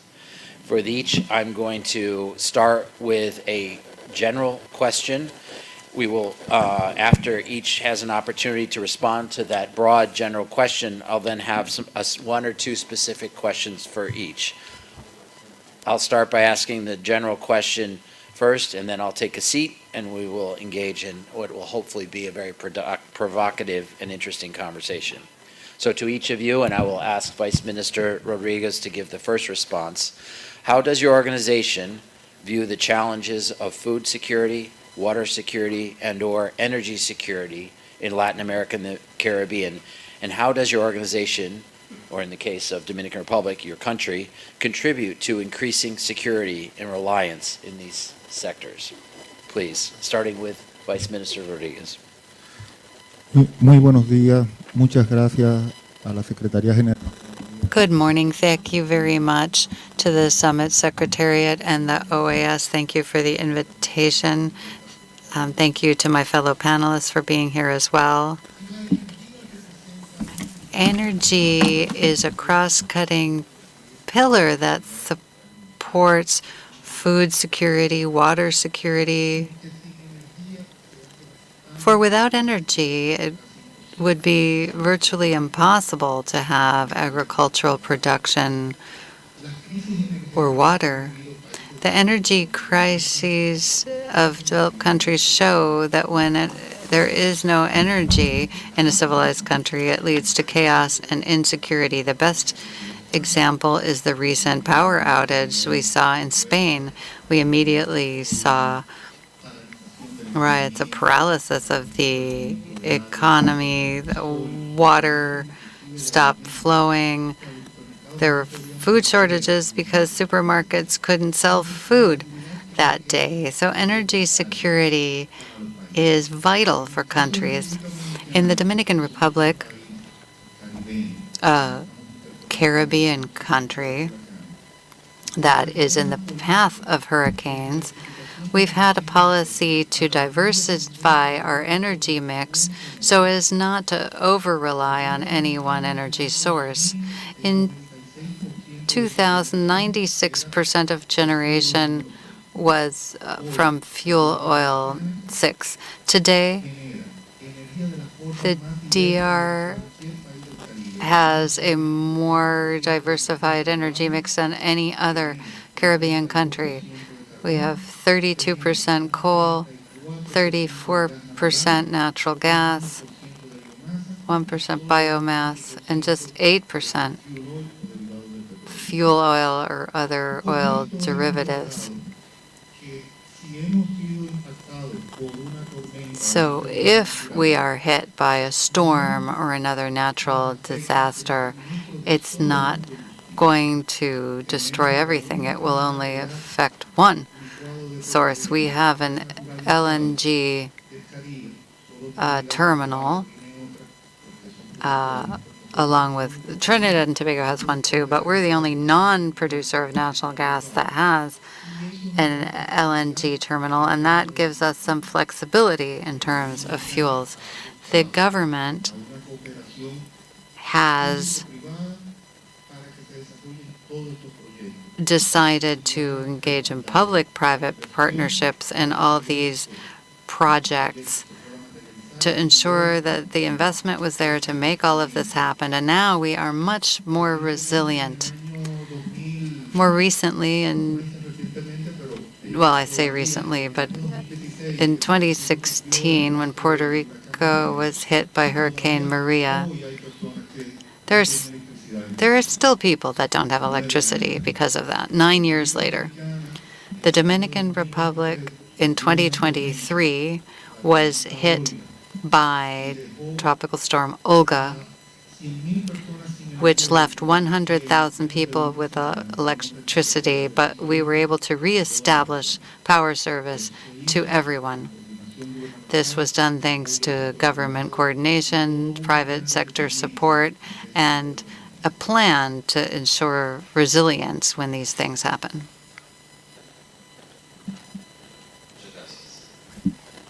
Thank you very much. We'll now hear from Tania Paez from the IDB. Thank you, Mark. I'd also like to thank the OAS for inviting me to this very interesting panel.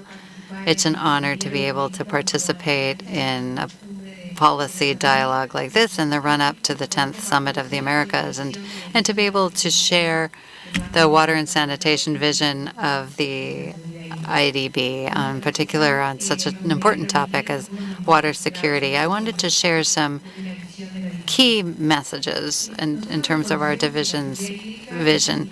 Water security is an essential pillar for climate resilience, for integration, for sustainable development, which we all want for our region. Latin America and the Caribbean has a key role in water resource management and ecosystem services as well. 32% of renewable water resources in the world are in Latin America. 40% of the world's diversity is in this region, and we have 22% of the world's forest cover as well in the most extensive forest in the world, the Amazon. And yet water security has become one of the greatest challenges for development. We work with most of the countries of the region, and we are seeing increasingly that these climate events mentioned by the Deputy Minister are occurring more and more frequently, and that has a direct impact on water security. At the IDB, we see an opportunity to work with the countries and make them more resilient so that they can better withstand these phenomena.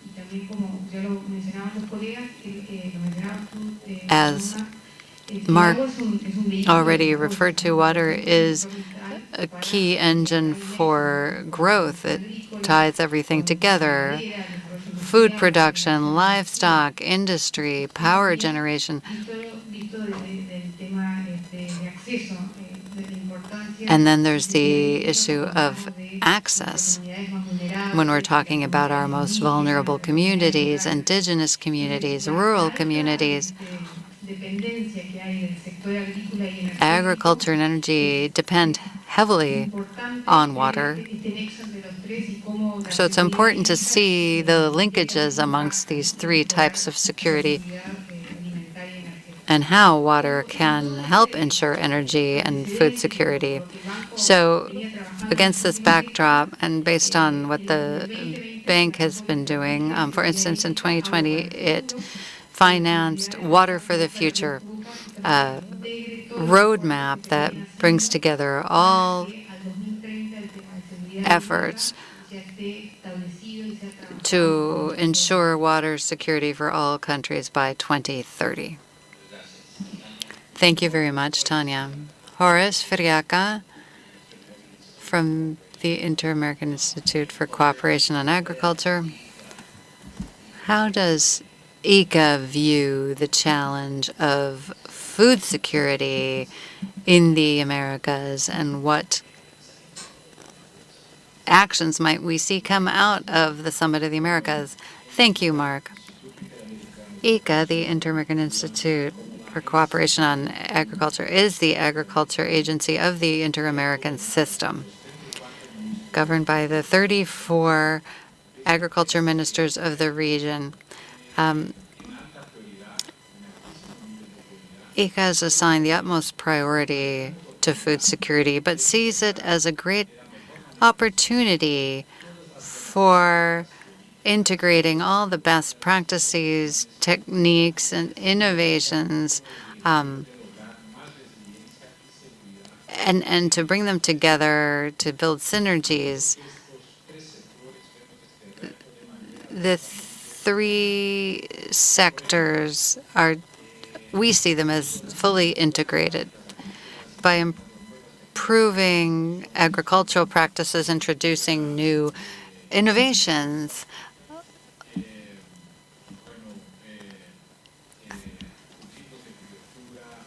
using cover crops, using agroforestry,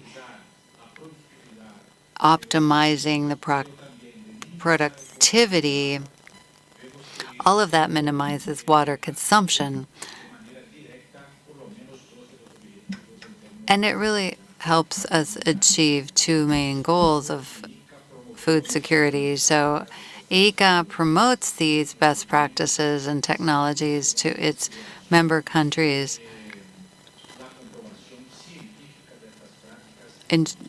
but in an evidence-based way. With regards to the improvement of agricultural practices so as to enhance the yield of crops, at the same time as we can cut down on water consumption whilst protecting natural resources. We are always looking at how to increase productivity using inputs with a bioeconomy approach. We increasingly turn to crops and fibers and waste as sources for bioenergy. This is something that we are also promoting in our countries with these kind of technologies and practices.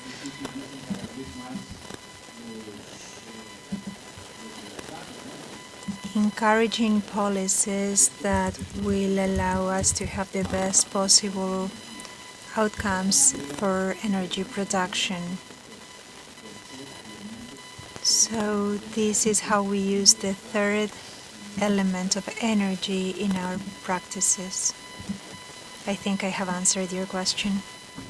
And each of our panelists so far have touched on the nexus, the intersection between food, water, and energy, from a government, multilateral development organization, Inter-American Development Bank. And now I'd like to hear similar from private sector representative, Brittany Flegger from the PepsiCo company. Your company deals with these challenges from a private sector perspective. Your bottom line is impacted by each of these challenges. So how does PepsiCo view the challenges of food, water, and energy security in the Americas? And how do you help contribute to increasing security and reliance in this area? Thanks, Mark. And you took the words right out of my mouth.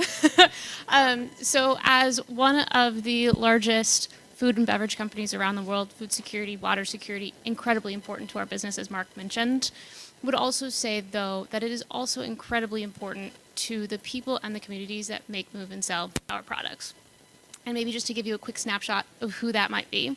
So in In the Latin America, we have a footprint across 34 different countries, and of that, we're partnering with both our 80,000 direct associates, but also with farmers, with agribusinesses, with bottling partners, with retailers, with small mom and pop stores. So we have this relatively unique perspective across the food systems value chain. And I would say that from that perspective, we're seeing that food and water security are a pressing challenge that we really need to address. And I say that in a global context, looking at things like we're having an increase in the population, we're having geopolitical shifts that are changing the way that we're making food and the way that we're moving food. And we're also having extreme weather impacts, droughts, floods, fires that are disrupting supply chains. So kind of with that context, how are we as a company looking at food and beverage or food and water security in the region? And just to give you a couple of guiding points on how we're looking at things. First is that food security starts with agriculture. If we want to increase access, we need to increase production, and that's going to happen on farm. And I would say that to do so requires creating resilient and sustainable agriculture systems. And so for companies like PepsiCo, we're doing this through regenerative agriculture practices and working with our farmers to really adopt those practices. Things like building soil health, increasing water efficiency on farm, enhancing biodiversity, reducing carbon emissions. And what's been really, really incredible is that we're finding that farmers that incorporate these practices are increasing those yields, right? And by increasing yields, we're not only creating more food, but we're also increasing livelihoods, right? So it's a really incredible story.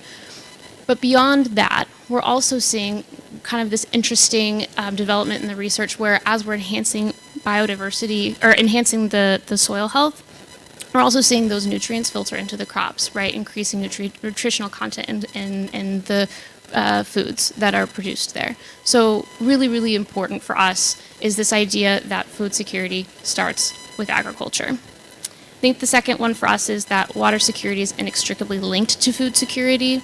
Agriculture is one of the largest global freshwater users around the world, and so obviously, pulling a lot of that resource. But then conversely, we're seeing that, as water scarcity happens also in the region, right, we're seeing large droughts in the region at the same time that we are seeing an increase in demand. So certainly impacts the yields there. So what we're doing as a company is looking at it systemically across our value chain, right? So we start with farmers. We're helping them gain the access to technologies, to resources, to training, to help reduce the use of water in their agriculture. But we're also looking at it from a manufacturing process, right? In our facilities, we're producing, we're using new technology to produce food, reusing our water system. So we're doing this in Mexico, Brazil, Colombia. We're using reverse osmosis technology to capture steam and different water that's coming off of our production line. And then we treat that water and recycle and reuse it in our facilities. And really what this does is it's securing our operations while also helping us to support watersheds in local communities by leaving water there. And then just quickly on the third one, this will be perhaps an obvious point to some of you, but food security requires people to have affordable access to nutrition. And I think the key part here is that it needs to be locally relevant, right? So, PepsiCo, you think Pepsi when you hear PepsiCo, right? But I don't think a lot of people see the depth and breadth of our portfolio. So in the Americas, we're selling things like whole grains, oats, legumes, nuts, plantains, my particular favorite. And so we're both doing this from a commercial standpoint. So we have products like Quaker Tres Minutos, which is a whole grain breakfast product that we sell that is fortified with 9 different vitamins and minerals, including iron and B12, which happen to be 2 of the key nutrient deficiencies in Mexico. But we're also doing this beyond the store and thinking about how can we support access to nutrition, globally using the expertise that we have developed over time. So maybe giving you one of my favorite examples to use, we last year launched this product called Quaker Oat Rice. And what's really interesting about it is it's a commercial product. You can buy it in Brazil, and it is quite literally rice made from oats, but it is a substitute for brown rice. And oats have this really interesting quality about them where they do have 2 times the protein and fiber that brown rice does. And so in Brazil, you can use this as an alternative to brown rice used in, very common Brazilian dishes. But what's been really interesting about this product, and it is the first of its kind for PepsiCo that we're hoping to do more of, is that the profits from that product go towards to a nonprofit that's working on food security in northwestern Brazil. So to wrap that all up, right, it's tying that commercial component to this philanthropic, target that we have. And so just really, really cool story. And so recognizing I'm probably close to time here, just want to say that, as we're looking at this is really a multi-stakeholder collaboration effort, right? I'm sharing with you things that PepsiCo and the private sector are doing, but it's something that these are systemic challenges and opportunities that really need a systemic solution. So really thank you for all of the opportunity and to share. I'm looking forward to sharing more with you. Thanks, Brittany, and we'll have an opportunity to dive a little bit deeper in the next round of more specific questions. But as we continue down the line of the more general question of how your organization views the challenges of food, water, and energy, I want to turn to Valentina Giordano. And Valentina comes to us from the Food and Agriculture Organization of the United Nations. She in particular has a responsibility as a coordinator for local and national youth programs. So tying in not just food and agriculture and other security challenges, but the youth element to this is really, I think, going to be an important and interesting element for this conversation. Please, Valentina. Muchas gracias, Mark. Bueno, to be with you to share the work we are doing at FAO to involve youth in these systems. FAO also puts the link between energy, water, food, understanding that water is the top resource used in agriculture. 1/4 of the energy produced is used for agricultural systems and the distribution of the food created. In Latin America and the Caribbean, we have made progress regarding undernourishment. And this is not that happened just by chance. This has had to do with coordinated efforts by governments and collaboration amongst FAO and other organizations. In the transformation of food systems and energy, we see something that's at times forgotten, the role youth can play. We've started working closely with the Youth and Women Office, launched in 2024 through the World Forum for Food. We have tried to find different pillars such as innovation, culture, education, and also public space policies, and the way in which these pillars are essential for youth to be change makers. We cannot just think about this at the global level, we have to think locally. As we've heard in the previous panel, local contexts change from one another, and there is not one size fits all. This is why we have national chapters. Through these, we try to get young people to become involved in food systems, for them to get to know one another. Sometimes they are in different organizations.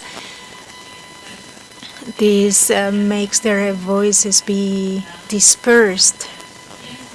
In this way, these young people can work with decentralized FAO offices and with their own governments. The goal of FAO is to empower individuals to be part of the process.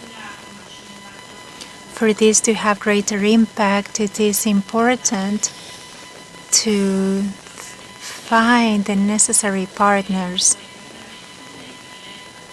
In Latin America and the Caribbean, we've been working with the Young America Business Trust to give youth a unified voice. The Summit of the Americas is one of the processes where you take part. We had the FAO conference recently. Young people were able to express their needs and what kinds of transformations they want to see, and there are also parallel processes with the YABT with a unified voice for young people. This is part of a mission to involve youth, not seeing them just as beneficiaries of programs, but as makers. And I am talking, including myself here, because if we, the young, are not part of the processes and we're just thinking of young people as the leaders of the future, we're not going to achieve the goals we've set forth, because we need to include the voices of young people now. This is part of the FAO mission. The Young People and Women Office is clear evidence of that. And what we can do will also depend on the support we can get from you, from NGOs, civil society, international organizations, private sector, and governments. Thank you so much. Thank you, Valentina. We'll now continue with more specific questions for each of the members of the panel.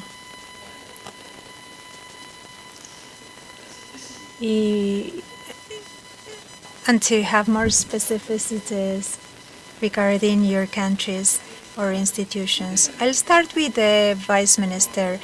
The Dominican Republic will host the Summit of the Americas. And last year you hosted the 6th meeting of Ministers of Energy in the context of ECPA. Thank you so much for the role you played as hosts. How do you see threats? What do you think are the most urgent threats in the energy sector, and what multinational actions can contribute to energy security? Vice Minister, you have the floor.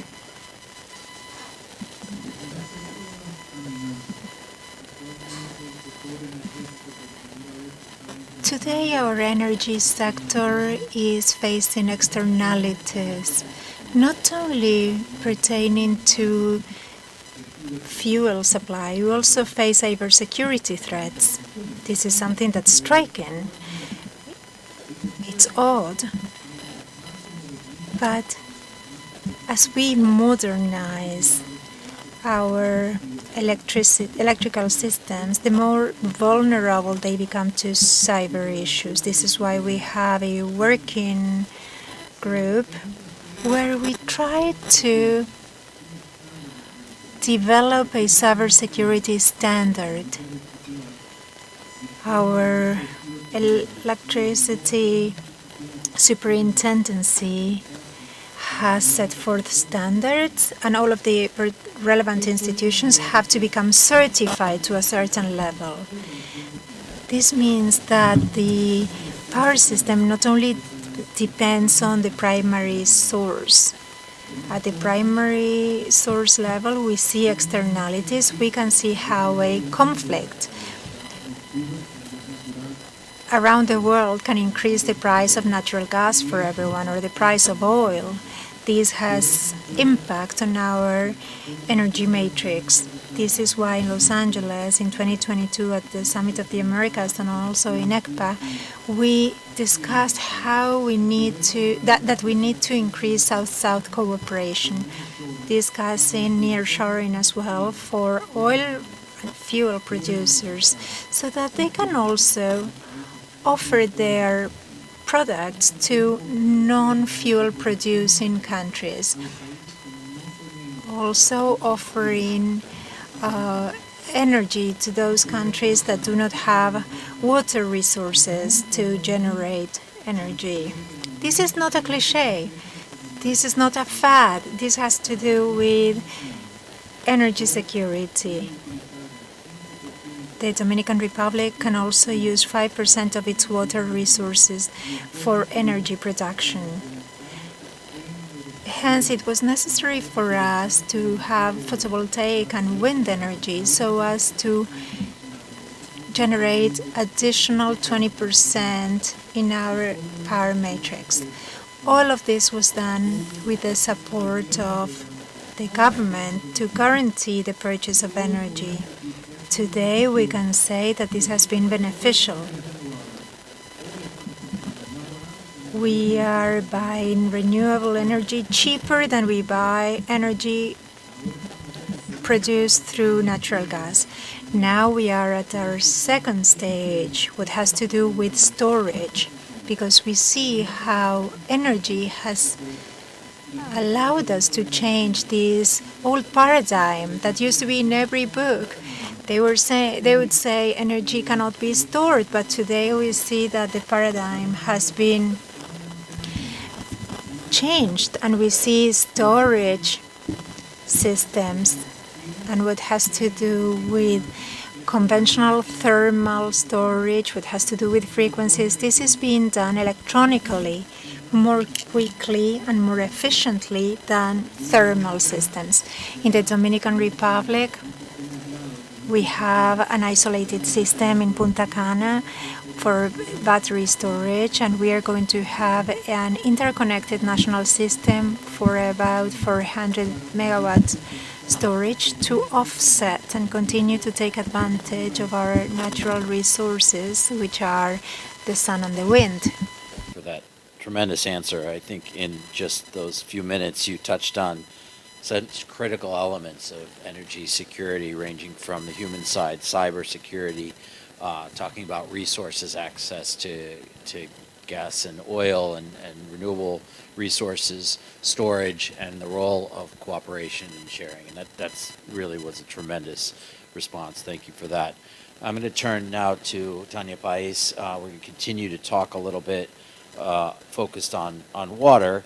I want to start by thanking you and the IDB for the tremendous partnership. We work closely on programs throughout the hemisphere in transboundary water resource management and an upcoming regional dialogue on water in Latin America and the Caribbean, where we'll deepen this conversation, quite frankly, with water managers throughout the entire hemisphere. And I think the outputs from that regional dialogue will be an important input that we would share with the Secretariat for the summit, so we can provide real immediate input on the dialogue for water resource management in the hemisphere. So in that context, Tania, what do you see as some of the most important water resource management challenges and the interventions that can be deployed to enhance water security throughout our hemisphere?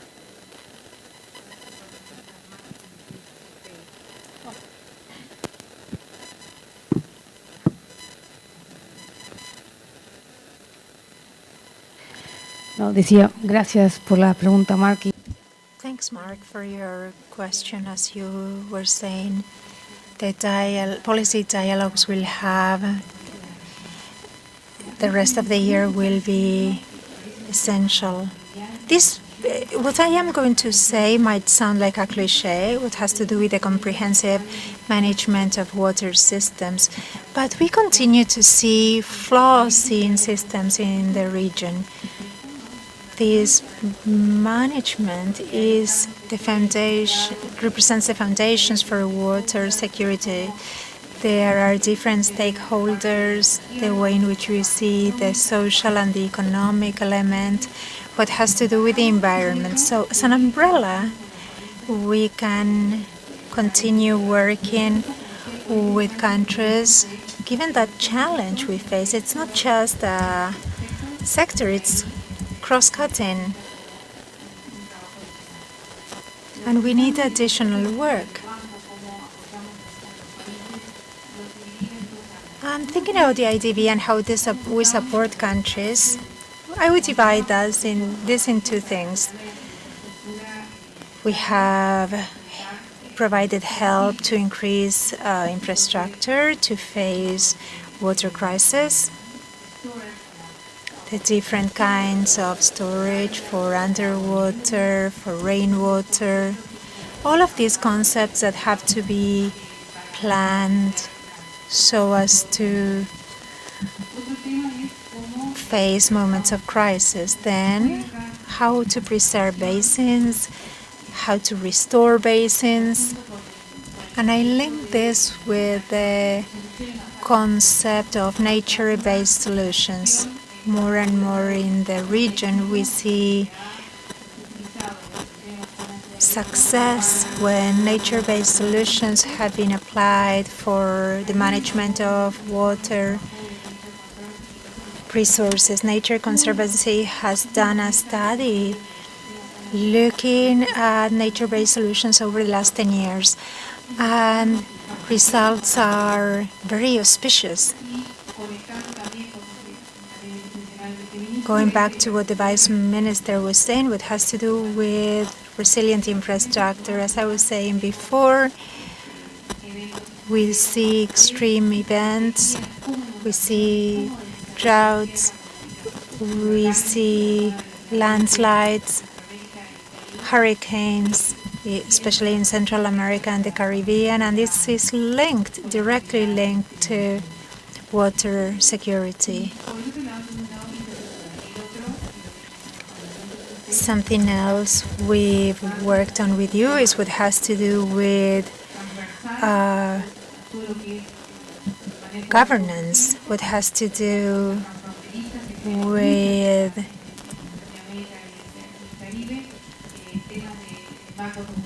regulatory frameworks, institutional frameworks. All of that has to be supported. If we have no good regulatory framework, it is very hard to ensure an appropriate water management. That is what I would say to get started. I'll continue now with Horace from the ICA. ICA works really closely with us on the intersection between the natural resources, primarily water and food programs, and we really appreciate this partnership and collaboration, and you supporting OAS member states in the agricultural space is really critical for food security in the Americas.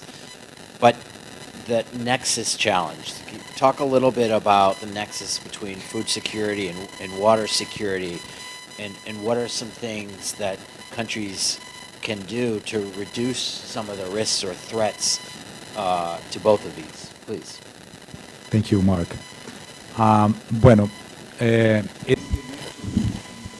This link between water and food security is apparent. There is no production of food without water. We worry a lot about this. We work proactively on these two pillars, basically promoting the implementation of good agricultural practices, good technologies to optimize the yield of crops at the same time as they can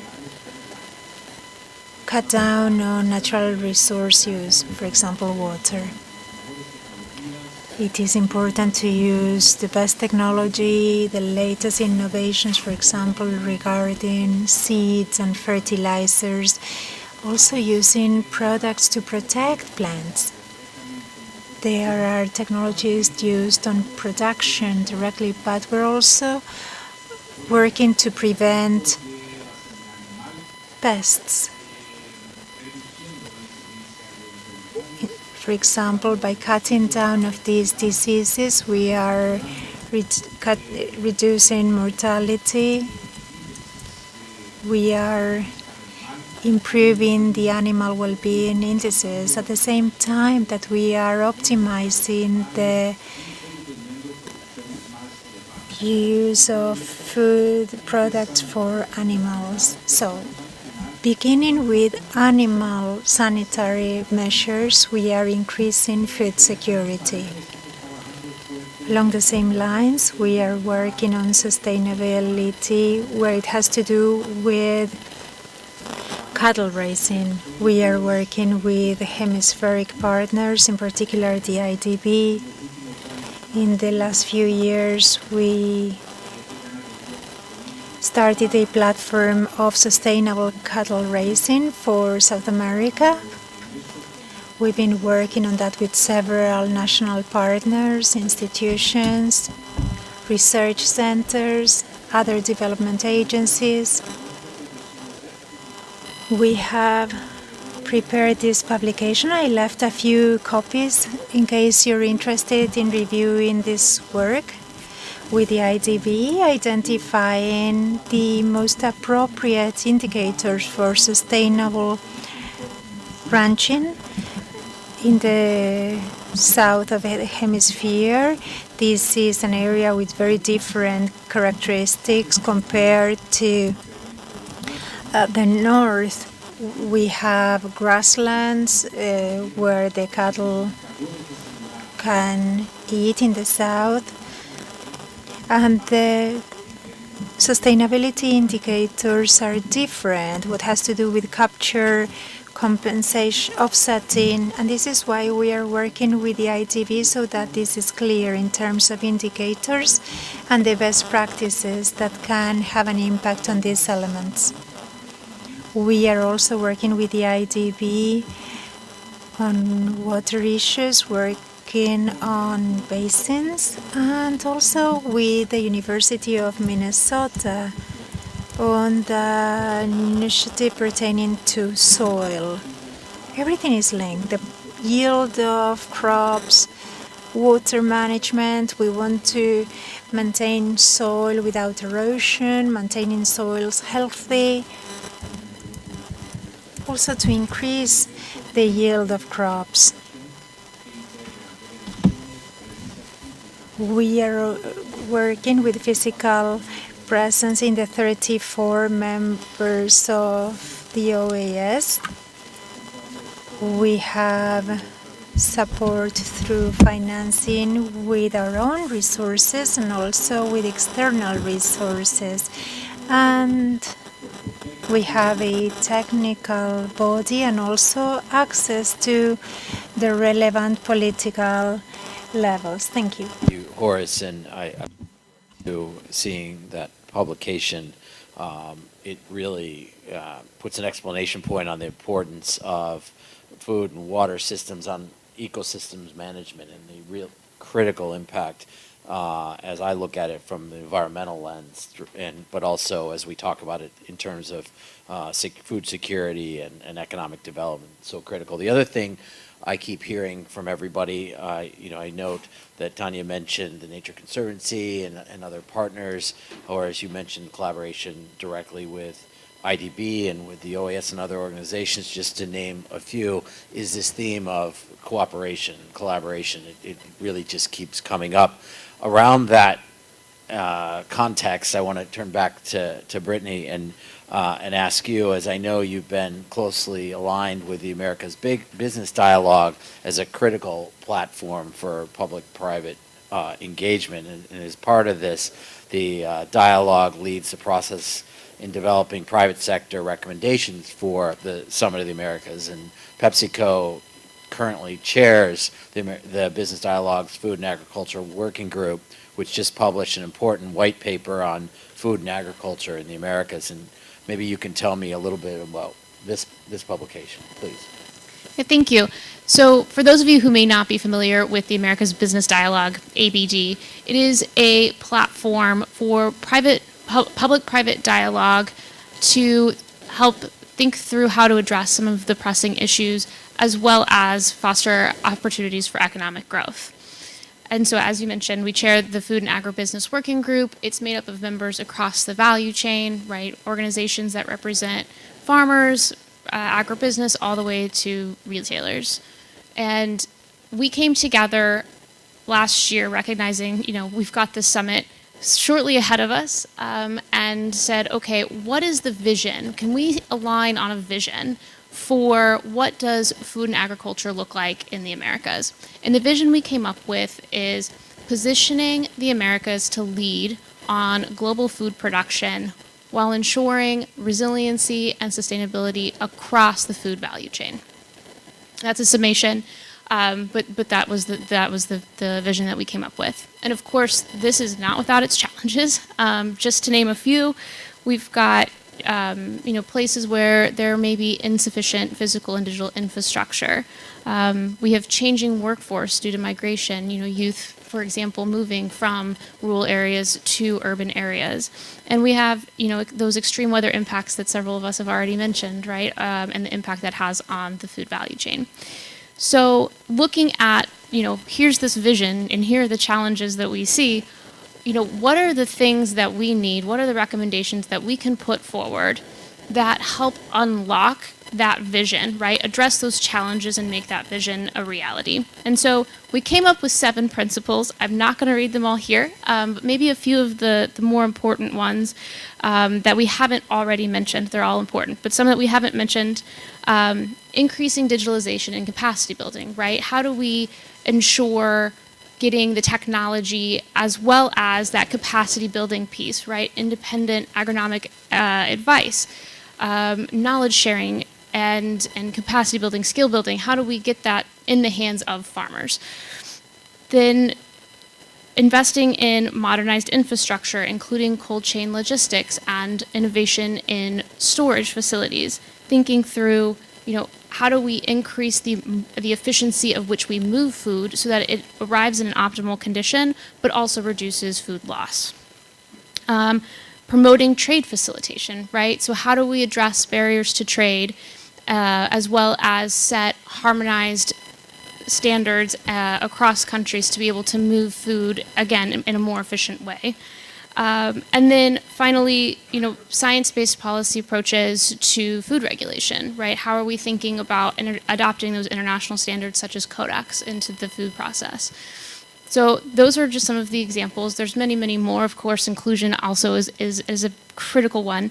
And so just want to say that, maybe sum up this, that we recognize that this is an ambitious vision. It's not something that's going to happen overnight, right? The status quo won't change immediately, but that, to your point, right, multi-stakeholder collaboration is absolutely critical. I'll say it time and again, and it might be my main point of the day. But just really that piece is absolutely critical. So thank you. Thank you, Brittany. And now back to Valentina, and just a heads up to my panelists. I'm going to ask Valentina this next question, her first specific question, and then I'm going to go in reverse order. So I'll come back to you again, and then we'll go back down the line. I'll ask one more question, and then in your response to either directly to my question or if you'd like to make a closing statement, I think with an eye to time, you can answer the question and sort of make your closing comment so that in the next 15 minutes we move to closing. So I'll turn to Valentina. How is FAO working to ensure youth inclusion in the discussion around agri-food systems, and how does this connect to our region, Latin America and the Caribbean, especially in the lead up to the summit? Okay, muchas gracias por la pregunta. Hay distintas maneras. Thank you for that question. The FAO is working in various ways to engage youth on these subjects. Last week, we issued a report on youth in food systems. You mentioned the rural to urban migration, and there are many young people still living in rural regions that don't have access to the technology they need to be part of these systems. Something that's really iconic is the FAO's Youth and Women Office. We've been looking for areas in which young people could become engaged in food production, innovation programs, food heritage programs, and we have an assembly where we seek to bring in youth voices on phenomena that are already happening or processes that are underway but haven't taken into account youth voices. So like ECOSOC, high-level political forum, the summit, regional conferences. So there's this constant effort to ensure that young people are present from the moment such things are planned.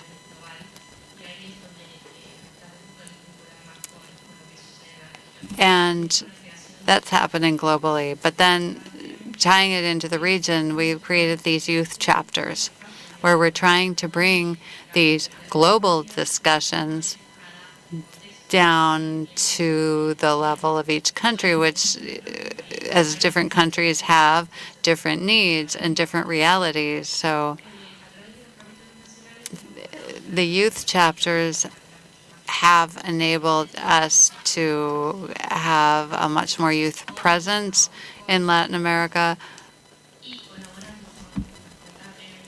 and more collaboration with organizations that are already present and institutionalized, like Youth America's Business Trust,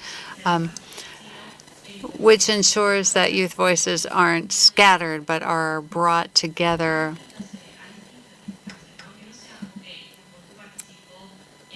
and make sure it's cross-cutting, not just say, okay, young people took part in this one conference. Have more systematic engagement so that governments engage youth from the get-go in planning their policies, planning their processes. Thank you so much, Valentina. You touched upon something important. Work and what is the impact of the consultation process? What are you trying to achieve there? Bien, los capítulos nacionales creo que es una de las... The national chapters, I think this is one of the most important programs because this is where you really get policy production and you see the transformation we're trying to achieve. These chapters are platforms by and for young people where we're trying to overcome that fragmentation that I referred to.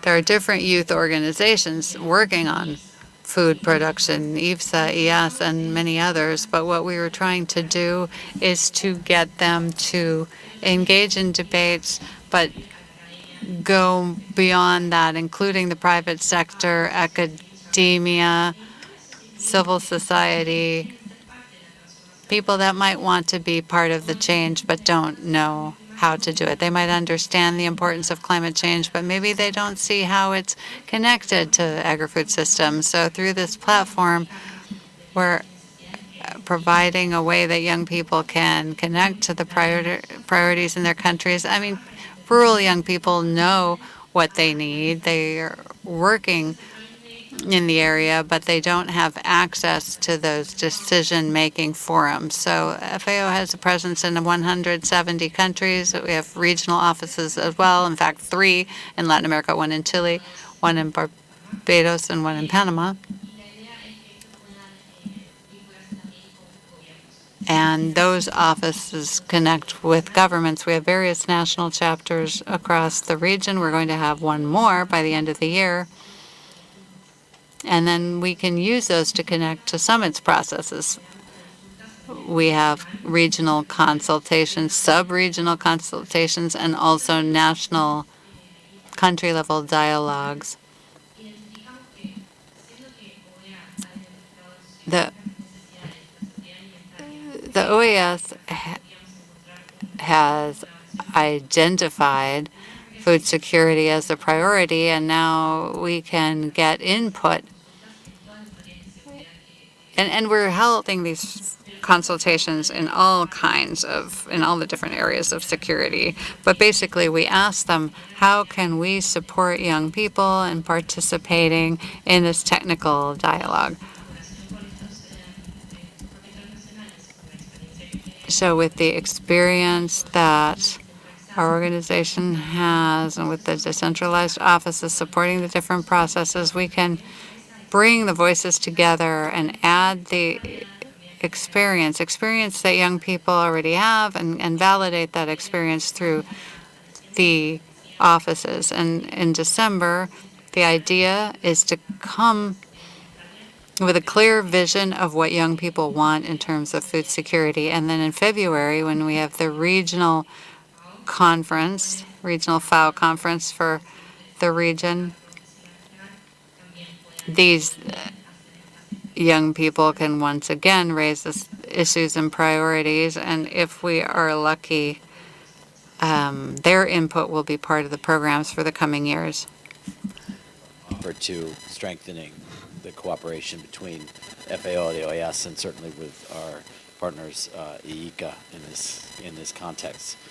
Brittany, for your final remarks on behalf of PepsiCo, if you can talk to us a little bit about what does it mean in terms of public-private partnerships? We hear this a lot. What do you see as some of the benefits of such collaborations, and what are some of the best practices that we can look at to ensure success in this space? Thanks, Mark. So taking these questions separately here. So what are the benefits?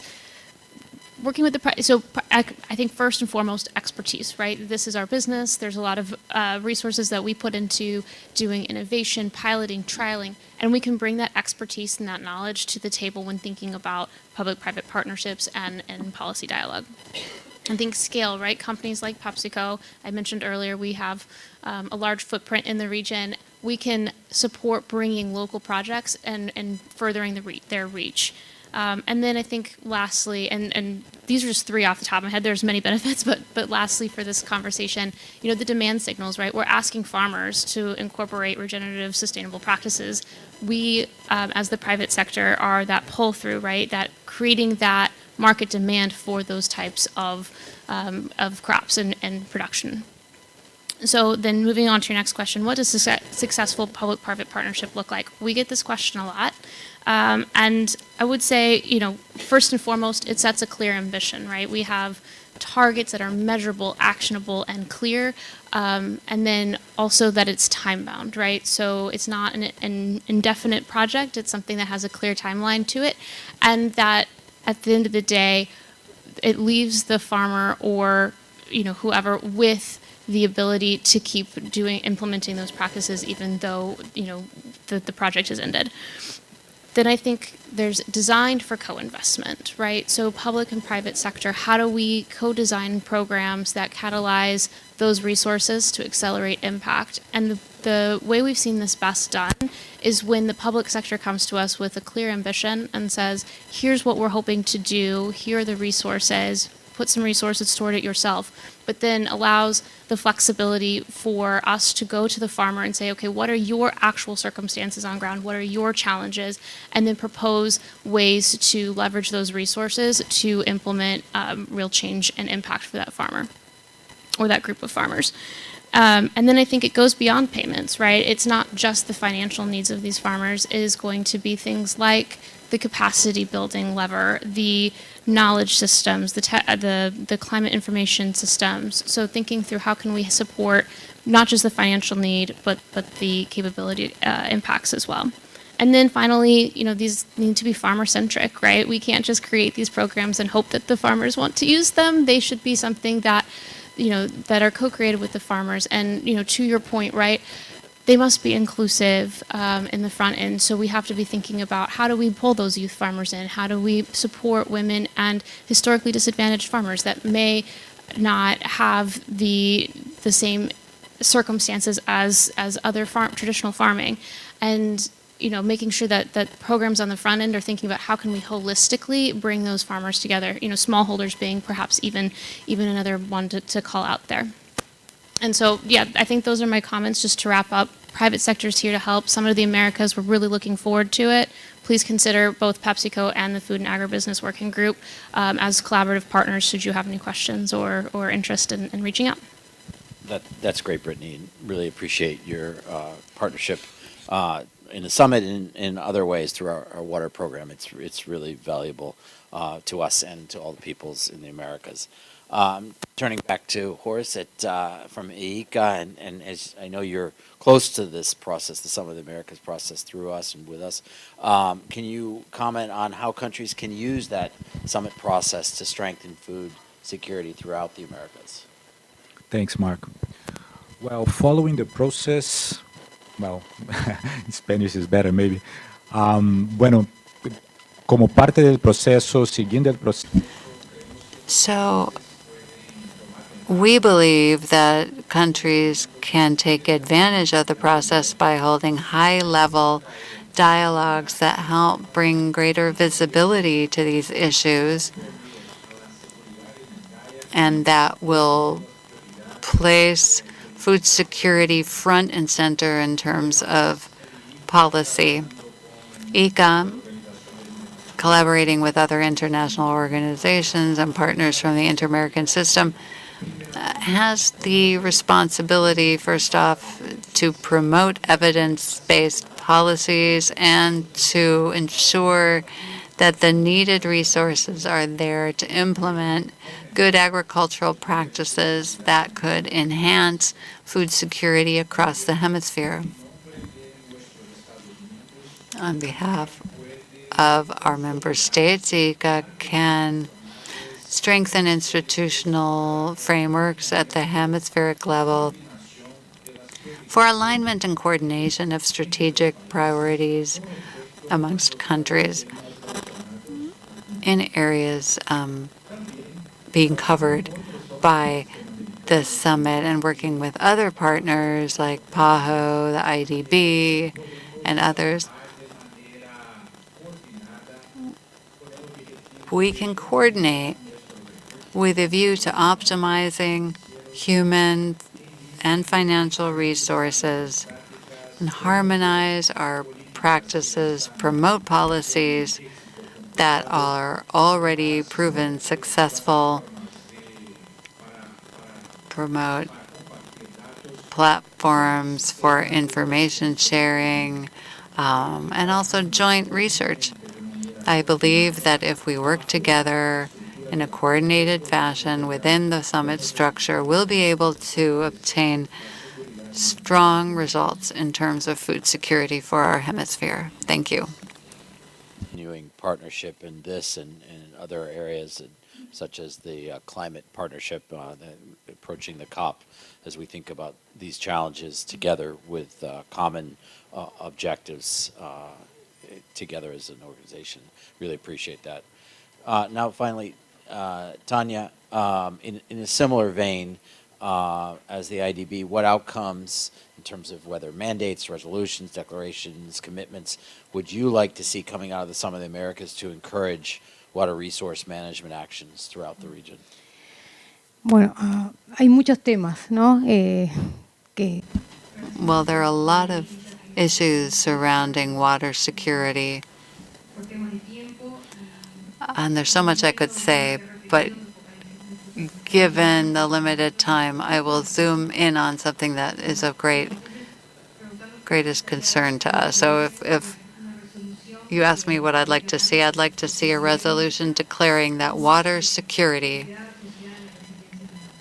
is the key priority for climate resilience. We're seeing this more and more. Last year, or 2023 rather, because of droughts, $3.6 trillion were lost across the region because of impacts on energy, agriculture, the blackouts and all of those impacts. So this problem is here to stay.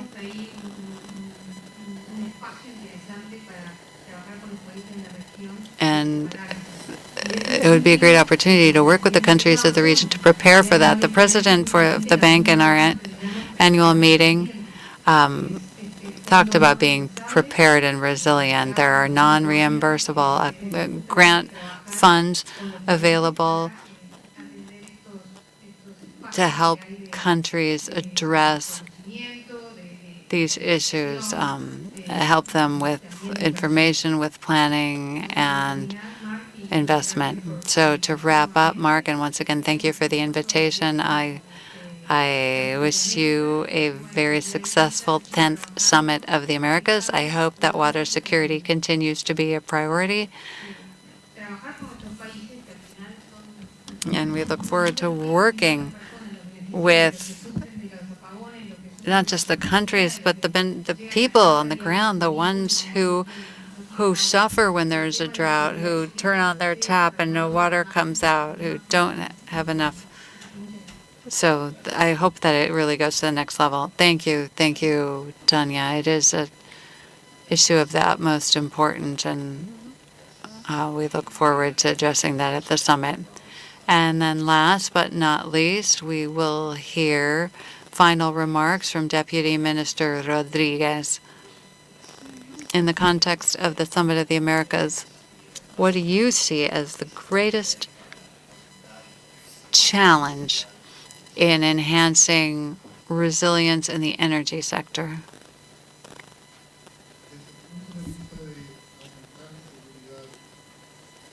In terms of enhancing security, we first of all need legal certainty. Without legal certainty, there will be no private investment. Without private investment, there can be no public-private partnerships. And if there are no such partnerships, there can be no development. So everything starts with legal certainty. Investors do not invest in countries that do not have strong laws and rules. On the DR, we can give an example. From 2020 to 2024, we moved up 10 spots in the ranking of best transparency and least corruption. So the change in perceptions, understanding the clear rules and legal certainty in our countries, that is what has enabled us to see more foreign direct investment, and that has flowed in consistently over the last 4 years. We saw something similar in tourism and in mining. When there is legal certainty, investment comes from abroad.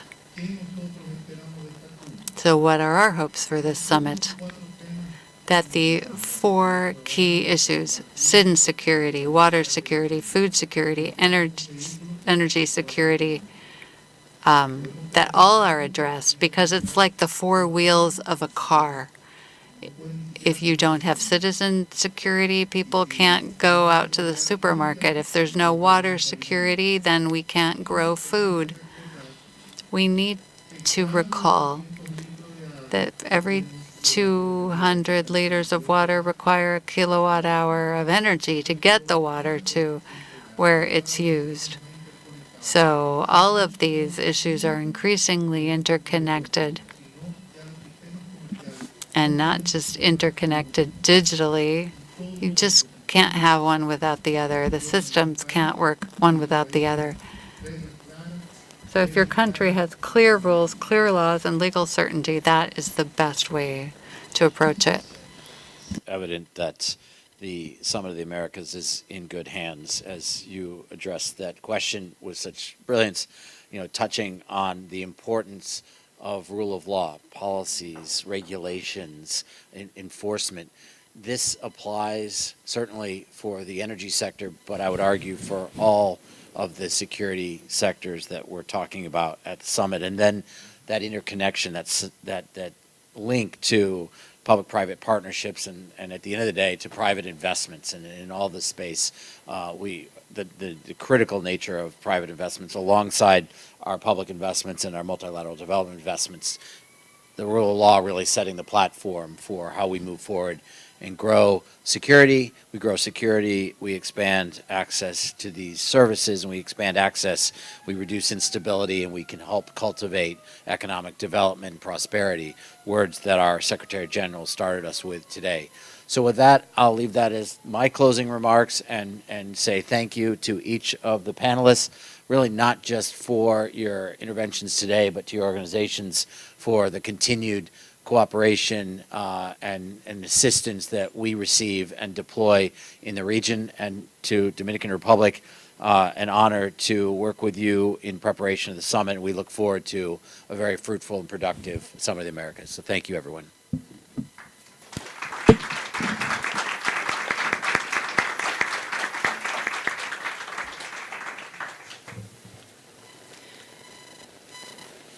Muchísimas gracias a este segundo panel. Thank you to the second panel. This nearly brings us to a close. We've not only met the expectations we had, I think you've gone above and beyond. The nature of this gathering reflects the multi-stakeholder nature of the summit's process. We have governments here, multilateral organizations, private sector, civil society, youth. On behalf of the summit secretariat, I would like to express my sincerest thanks to each and every one of you for having made this the day we'd hoped for. And we hope that the outcomes will help to enrich this preparatory phase in the run-up to the summit to be held in Punta Cana. A special thanks to the government of the Dominican Republic for its leadership in chairing the 10th summit and for its commitment to a people-centered approach. We reaffirmed that human security is not an isolated issue. It's a fundamental pillar for democracy and development. The 10th summit will not only be a meeting amongst leaders, but an opportunity to renew hemispheric cooperation around a more integral, people-centered approach to security with solidarity. The 10th summit proposes to bring together all the different types of security through a more coherent, humane, sustainable vision that recognizes that without basic security, there can be no democracy and there can be no development. We hope that this dialogue will be ongoing. The OAS wishes to continue to strengthen these ties and cooperation. And during a summit's process, such cooperation is more vital than ever in preparing the summit itself. But as the Secretary General said, for the implementation phase that comes thereafter, where the agreements reached by leaders become reality. We hope that all of this will assist the chair in the coming months. I'd like to reinforce a few ideas. The idea of the impact of these issues, as we've heard from our panelists who so generously joined us today. The impact of these issues on democratic governance and the rule of law as well. We must ensure these to ensure development and well-being for our people. As a result of the second panel, we've seen just how important these types of dialogues are, where you have cross-sector dialogue and approach to tackling the problems that affect everyone. It's vital to have a comprehensive vision based on engagement of all stakeholders. And that's what will bring about the best benefits in this preparation phase. So thank you very much to everyone who's been here, including the permanent missions who were able to find time, even though they have many obligations right now. Thank you to the community in general, civil society, multilateral organizations, my colleagues from the OAS as well, from the Sustainable Development and Multidimensional Security Departments, and of course my colleagues from the Summit Secretariat. We are here to assist you in any way we can. And with that, I now close this dialogue. I hope to see you again in the future, and have a great day. Thank you.